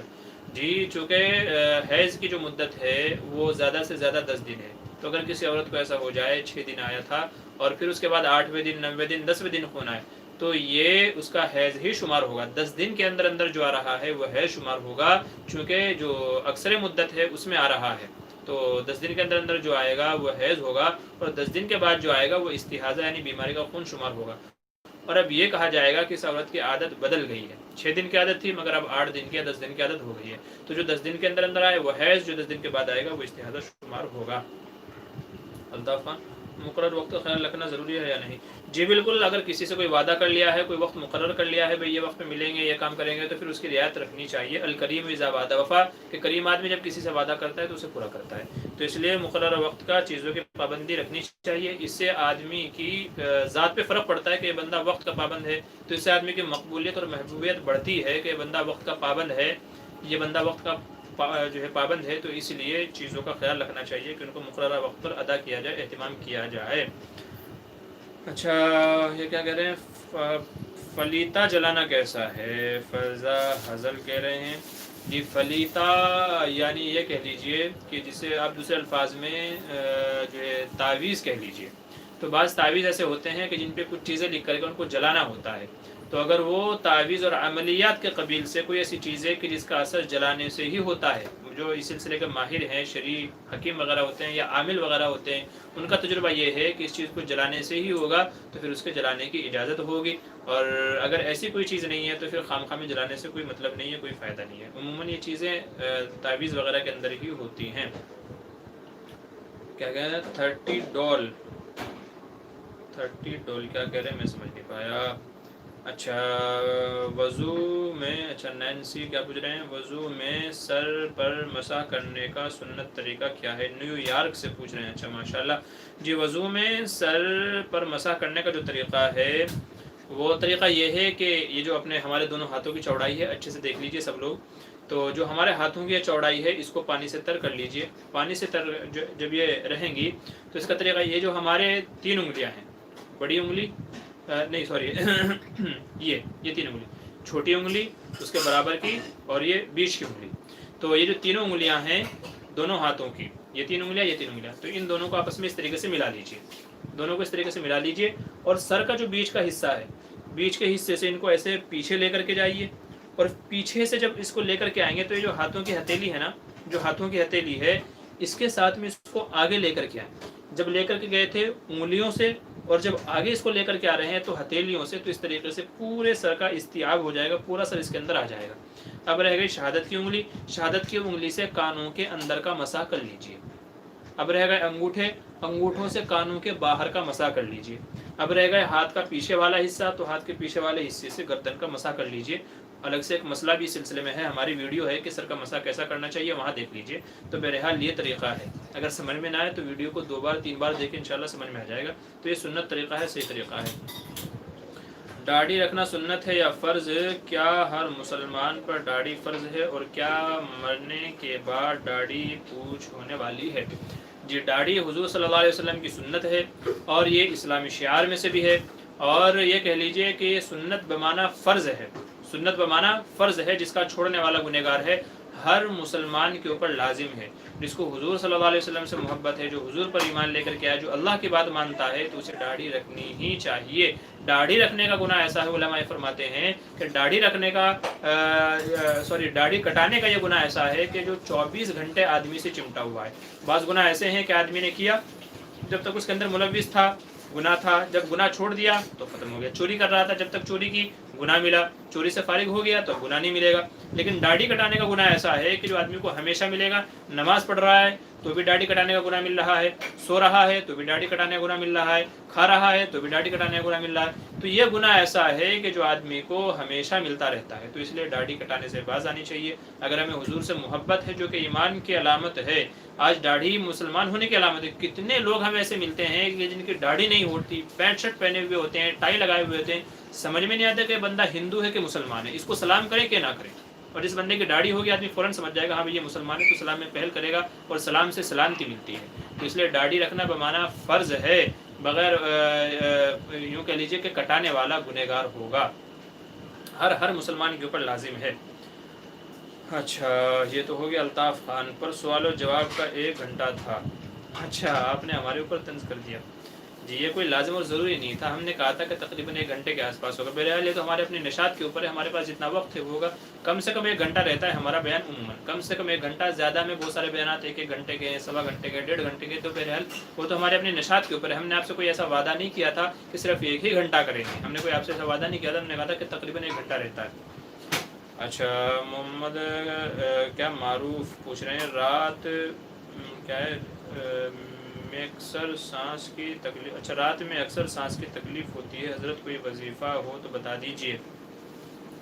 جی، اس کے لیے آپ پڑھیے وَيَشْفِ صُدُورَ قَوْمٍ مُؤْمِنِينَ۔ جن حضرات کو سانس کی تکلیف ہے، وَيَشْفِ صُدُورَ قَوْمٍ مُؤْمِنِينَ، اس دعا کو پڑھتے رہیے انشاءاللہ، زیادہ سے زیادہ پڑھتے رہیے انشاءاللہ۔ امید ہے کہ اس کی وجہ سے اللہ تبارک و تعالیٰ اس بیماری کو، تکلیف کو ختم کر دے گا۔ الطاف حسین کہتے ہیں کہ پاگل یا دیوانہ ہونے سے وضو ٹوٹ جاتا ہے، اس کا کیا مطلب ہے؟ جی ہاں، پاگل ہونے سے یا دیوانہ ہونے سے بھی وضو ٹوٹ جاتا ہے۔ چونکہ جب آدمی عقل و ہوش سے بیگانہ ہو گیا تو وہ شرعی احکام کا مکلف نہیں رہا، جب پاگل ہو گیا تو شرعی احکام کا مکلف نہیں ہوا۔ حدیث میں فرمایا گیا کہ 3 آدمی مرفوع القلم ہیں جن سے حساب کتاب نہیں ہوتا، جن میں سے ایک بچہ جب تک بالغ نہ ہو جائے، دوسرے پاگل جب تک کہ وہ عقل مند نہ ہو جائے، اور ایسے ہی سویا ہوا آدمی جب تک کہ وہ بیدار نہ ہو جائے۔ تو چونکہ اب وہ شریعت کا مکلف نہیں رہا، اس لیے اس کا وضو ٹوٹ گیا۔ اب جب اس کو ہوش آ جائے گا، جب وہ صحیح ہو جائے گا، تو چونکہ ازسرنا اس کے اوپر اسلامی احکام لاگو ہوں گے، شریعت کا مکلف بنے گا، تو اس لیے جو ہے اس کو وضو کا حکم دیا گیا۔ دوسری بات یہ ہے کہ پاگل پن کی حالت میں، مدہوشی کی حالت میں ہوا نکلی ہے نہیں نکلی ہے، گندگی نکلی ہے نہیں نکلی ہے، خون نکلا ہے نہیں نکلا ہے، اس کو پتہ نہیں ہے، اس کو پتہ نہیں ہے کہ گندگی یا وہ چیزیں جو نواقض وضو بنتی ہیں وہ اس سے ظاہر ہوئی ہیں کہ نہیں، تو اس لیے احتیاطاً کہا گیا کہ جب وہ عقل و ہوش میں آ جائے، صحیح ہو جائے، تو اس کو دوبارہ وضو کرنا پڑے گا۔ اچھا، وضو میں مسواک کرنا کیا وضو سے پہلے کرنا چاہیے؟ جی، بہتر تو یہی ہے کہ وضو کرتے ہوئے جب آدمی کلی کرے، جب کلی کرتا ہے تو اس وقت اس کو مسواک کرنی چاہیے، یہی بہتر ہے، اکثر لوگ ایسا ہی کرتے ہیں۔ لیکن اگر کسی کا وضو ہے تو اس کو برکت کے لیے اور یہ سنت حاصل کرنے کے لیے پھر وہ ایسے ہی بس مسواک کر کے نماز کے اندر شامل ہو جائے۔ تو بہتر یہی ہے کہ جب آدمی وضو کر رہا ہے تو اس وقت مسواک کرے۔ اچھا، سود کے پیسے سے گن لینا کیسا ہے؟ کیا کہہ رہے ہیں آپ؟ گن لینا کیسا؟ ارے یار کیا کیا مسئلہ پوچھتے ہیں آپ؟ بھائی سود کا پیسہ غریبوں کا ہے تو غریبوں کو دے دے، بس اس کو اور کسی مصرف میں استعمال نہ کرے، اس کے علاوہ کوئی اس کا مصرف نہیں ہے، بس غریبوں کو دے دیں، اسے اور کہیں استعمال نہیں کر سکتے، سمپل سا جواب ہے۔ کثرت احتلام سے بچنے کا وظیفہ بس وہی طریقہ ہے جو ہم نے آپ کو بتایا ہے، دعائیں وغیرہ پڑھ کر کے ذہن کو پاک صاف کر کے سو جائیے انشاءاللہ۔ اچھا، یوسف قریشی پوچھ رہے ہیں پہلے جوانی میں داڑھی کٹاتے، اب داڑھی ہے تو اس کا گناہ ہوگا؟ جی، جتنے وقت آپ نے داڑھی نہیں رکھی ہے اتنے وقت کا گناہ ہوگا، اور جب سے آپ نے رکھنی شروع کر لی ہے تو اس وقت سے پھر آپ کو ثواب ملنا شروع ہو جائے گا۔ تو جتنے وقت نہیں رکھی ہے اس کا گناہ ملے گا، الا یہ کہ آپ توبہ کر لیں، اللہ تعالیٰ معاف کر دیں، تو پھر کہہ نہیں سکتے، اللہ کی مرضی ہے۔ ٹھیک ہے، یہ ہو گیا۔ اچھا، اور کیا پوچھ رہے ہیں؟ جی بس میں اور سوالوں کا جواب نہیں دوں گا جن حضرات کے ہیں، انشاءاللہ وقت ہو گیا ہے. بقیہ لوگوں کے جو سوال رہ گئے ہیں وہ انشاءاللہ اگلے ہفتے. ٹھیک ہے، بس اور سوالوں کا جواب نہیں دوں گا. اچھا، اور کیا کہہ رہے ہیں؟ الطاف خان، مونڈ فریش کرنے کے لیے کہا تھا، طنز کے لیے نہیں کہا تھا. اچھا معافی چاہتا ہوں. اچھا جی کوئی بات نہیں، لیکن یہ وقت جو ہے نا وہ موڈ فریش کرنے کے لیے نہیں ہے، یہ وقت سوال جواب کا ہے. آپ تفریح وہ بعد میں کر لیجیے گا. توصیف خان، زنا کرنے کا کیا نقصان؟ اچھا، زنا کرنے کا کیا نقصان ہے دنیا اور آخرت میں اعتبار سے بتائیں. دیکھیں، زنا سے دوسرے کی عزت پامال ہوتی ہے اور ناجائز اولاد کی پیدائش ہوتی ہے، معاشرے کے اندر گندگی پیدا ہوتی ہے. اس طرح کے بہت سارے نقصانات ہیں زنا کے بہت سارے نقصانات ہیں. نیز نکاح کرنا دشوار ہو جاتا ہے، نکاح کرنا مشکل ہو جاتا ہے. تو اس طرح کی بہت ساری وجوہات ہیں کہ جن سے زنا کرنا ناجائز جس کہا گیا اور حرام کہا گیا، بلکہ یہ کہا گیا وَلَا تَقْرَبُوا الزِّنَا إِنَّهُ كَانَ فَاحِشًا، اس کے قریب بھی نہ جاؤ، بڑی بے حیائی کا راستہ ہے. حرام یا اولاد پیدا ہوتی ہے، نکاح اس سے دشوار ہو جاتا ہے، کسی کی عزت پر ڈاکہ ڈالا جاتا ہے، معاشرے کے اندر بے حیائی گندگی پیدا ہوتی ہے. تو یہ ساری وجوہاتیں، زنا سے بچنا چاہیے. مفتی تقی عثمانی کی صحت کے لیے دعا فرمائیں.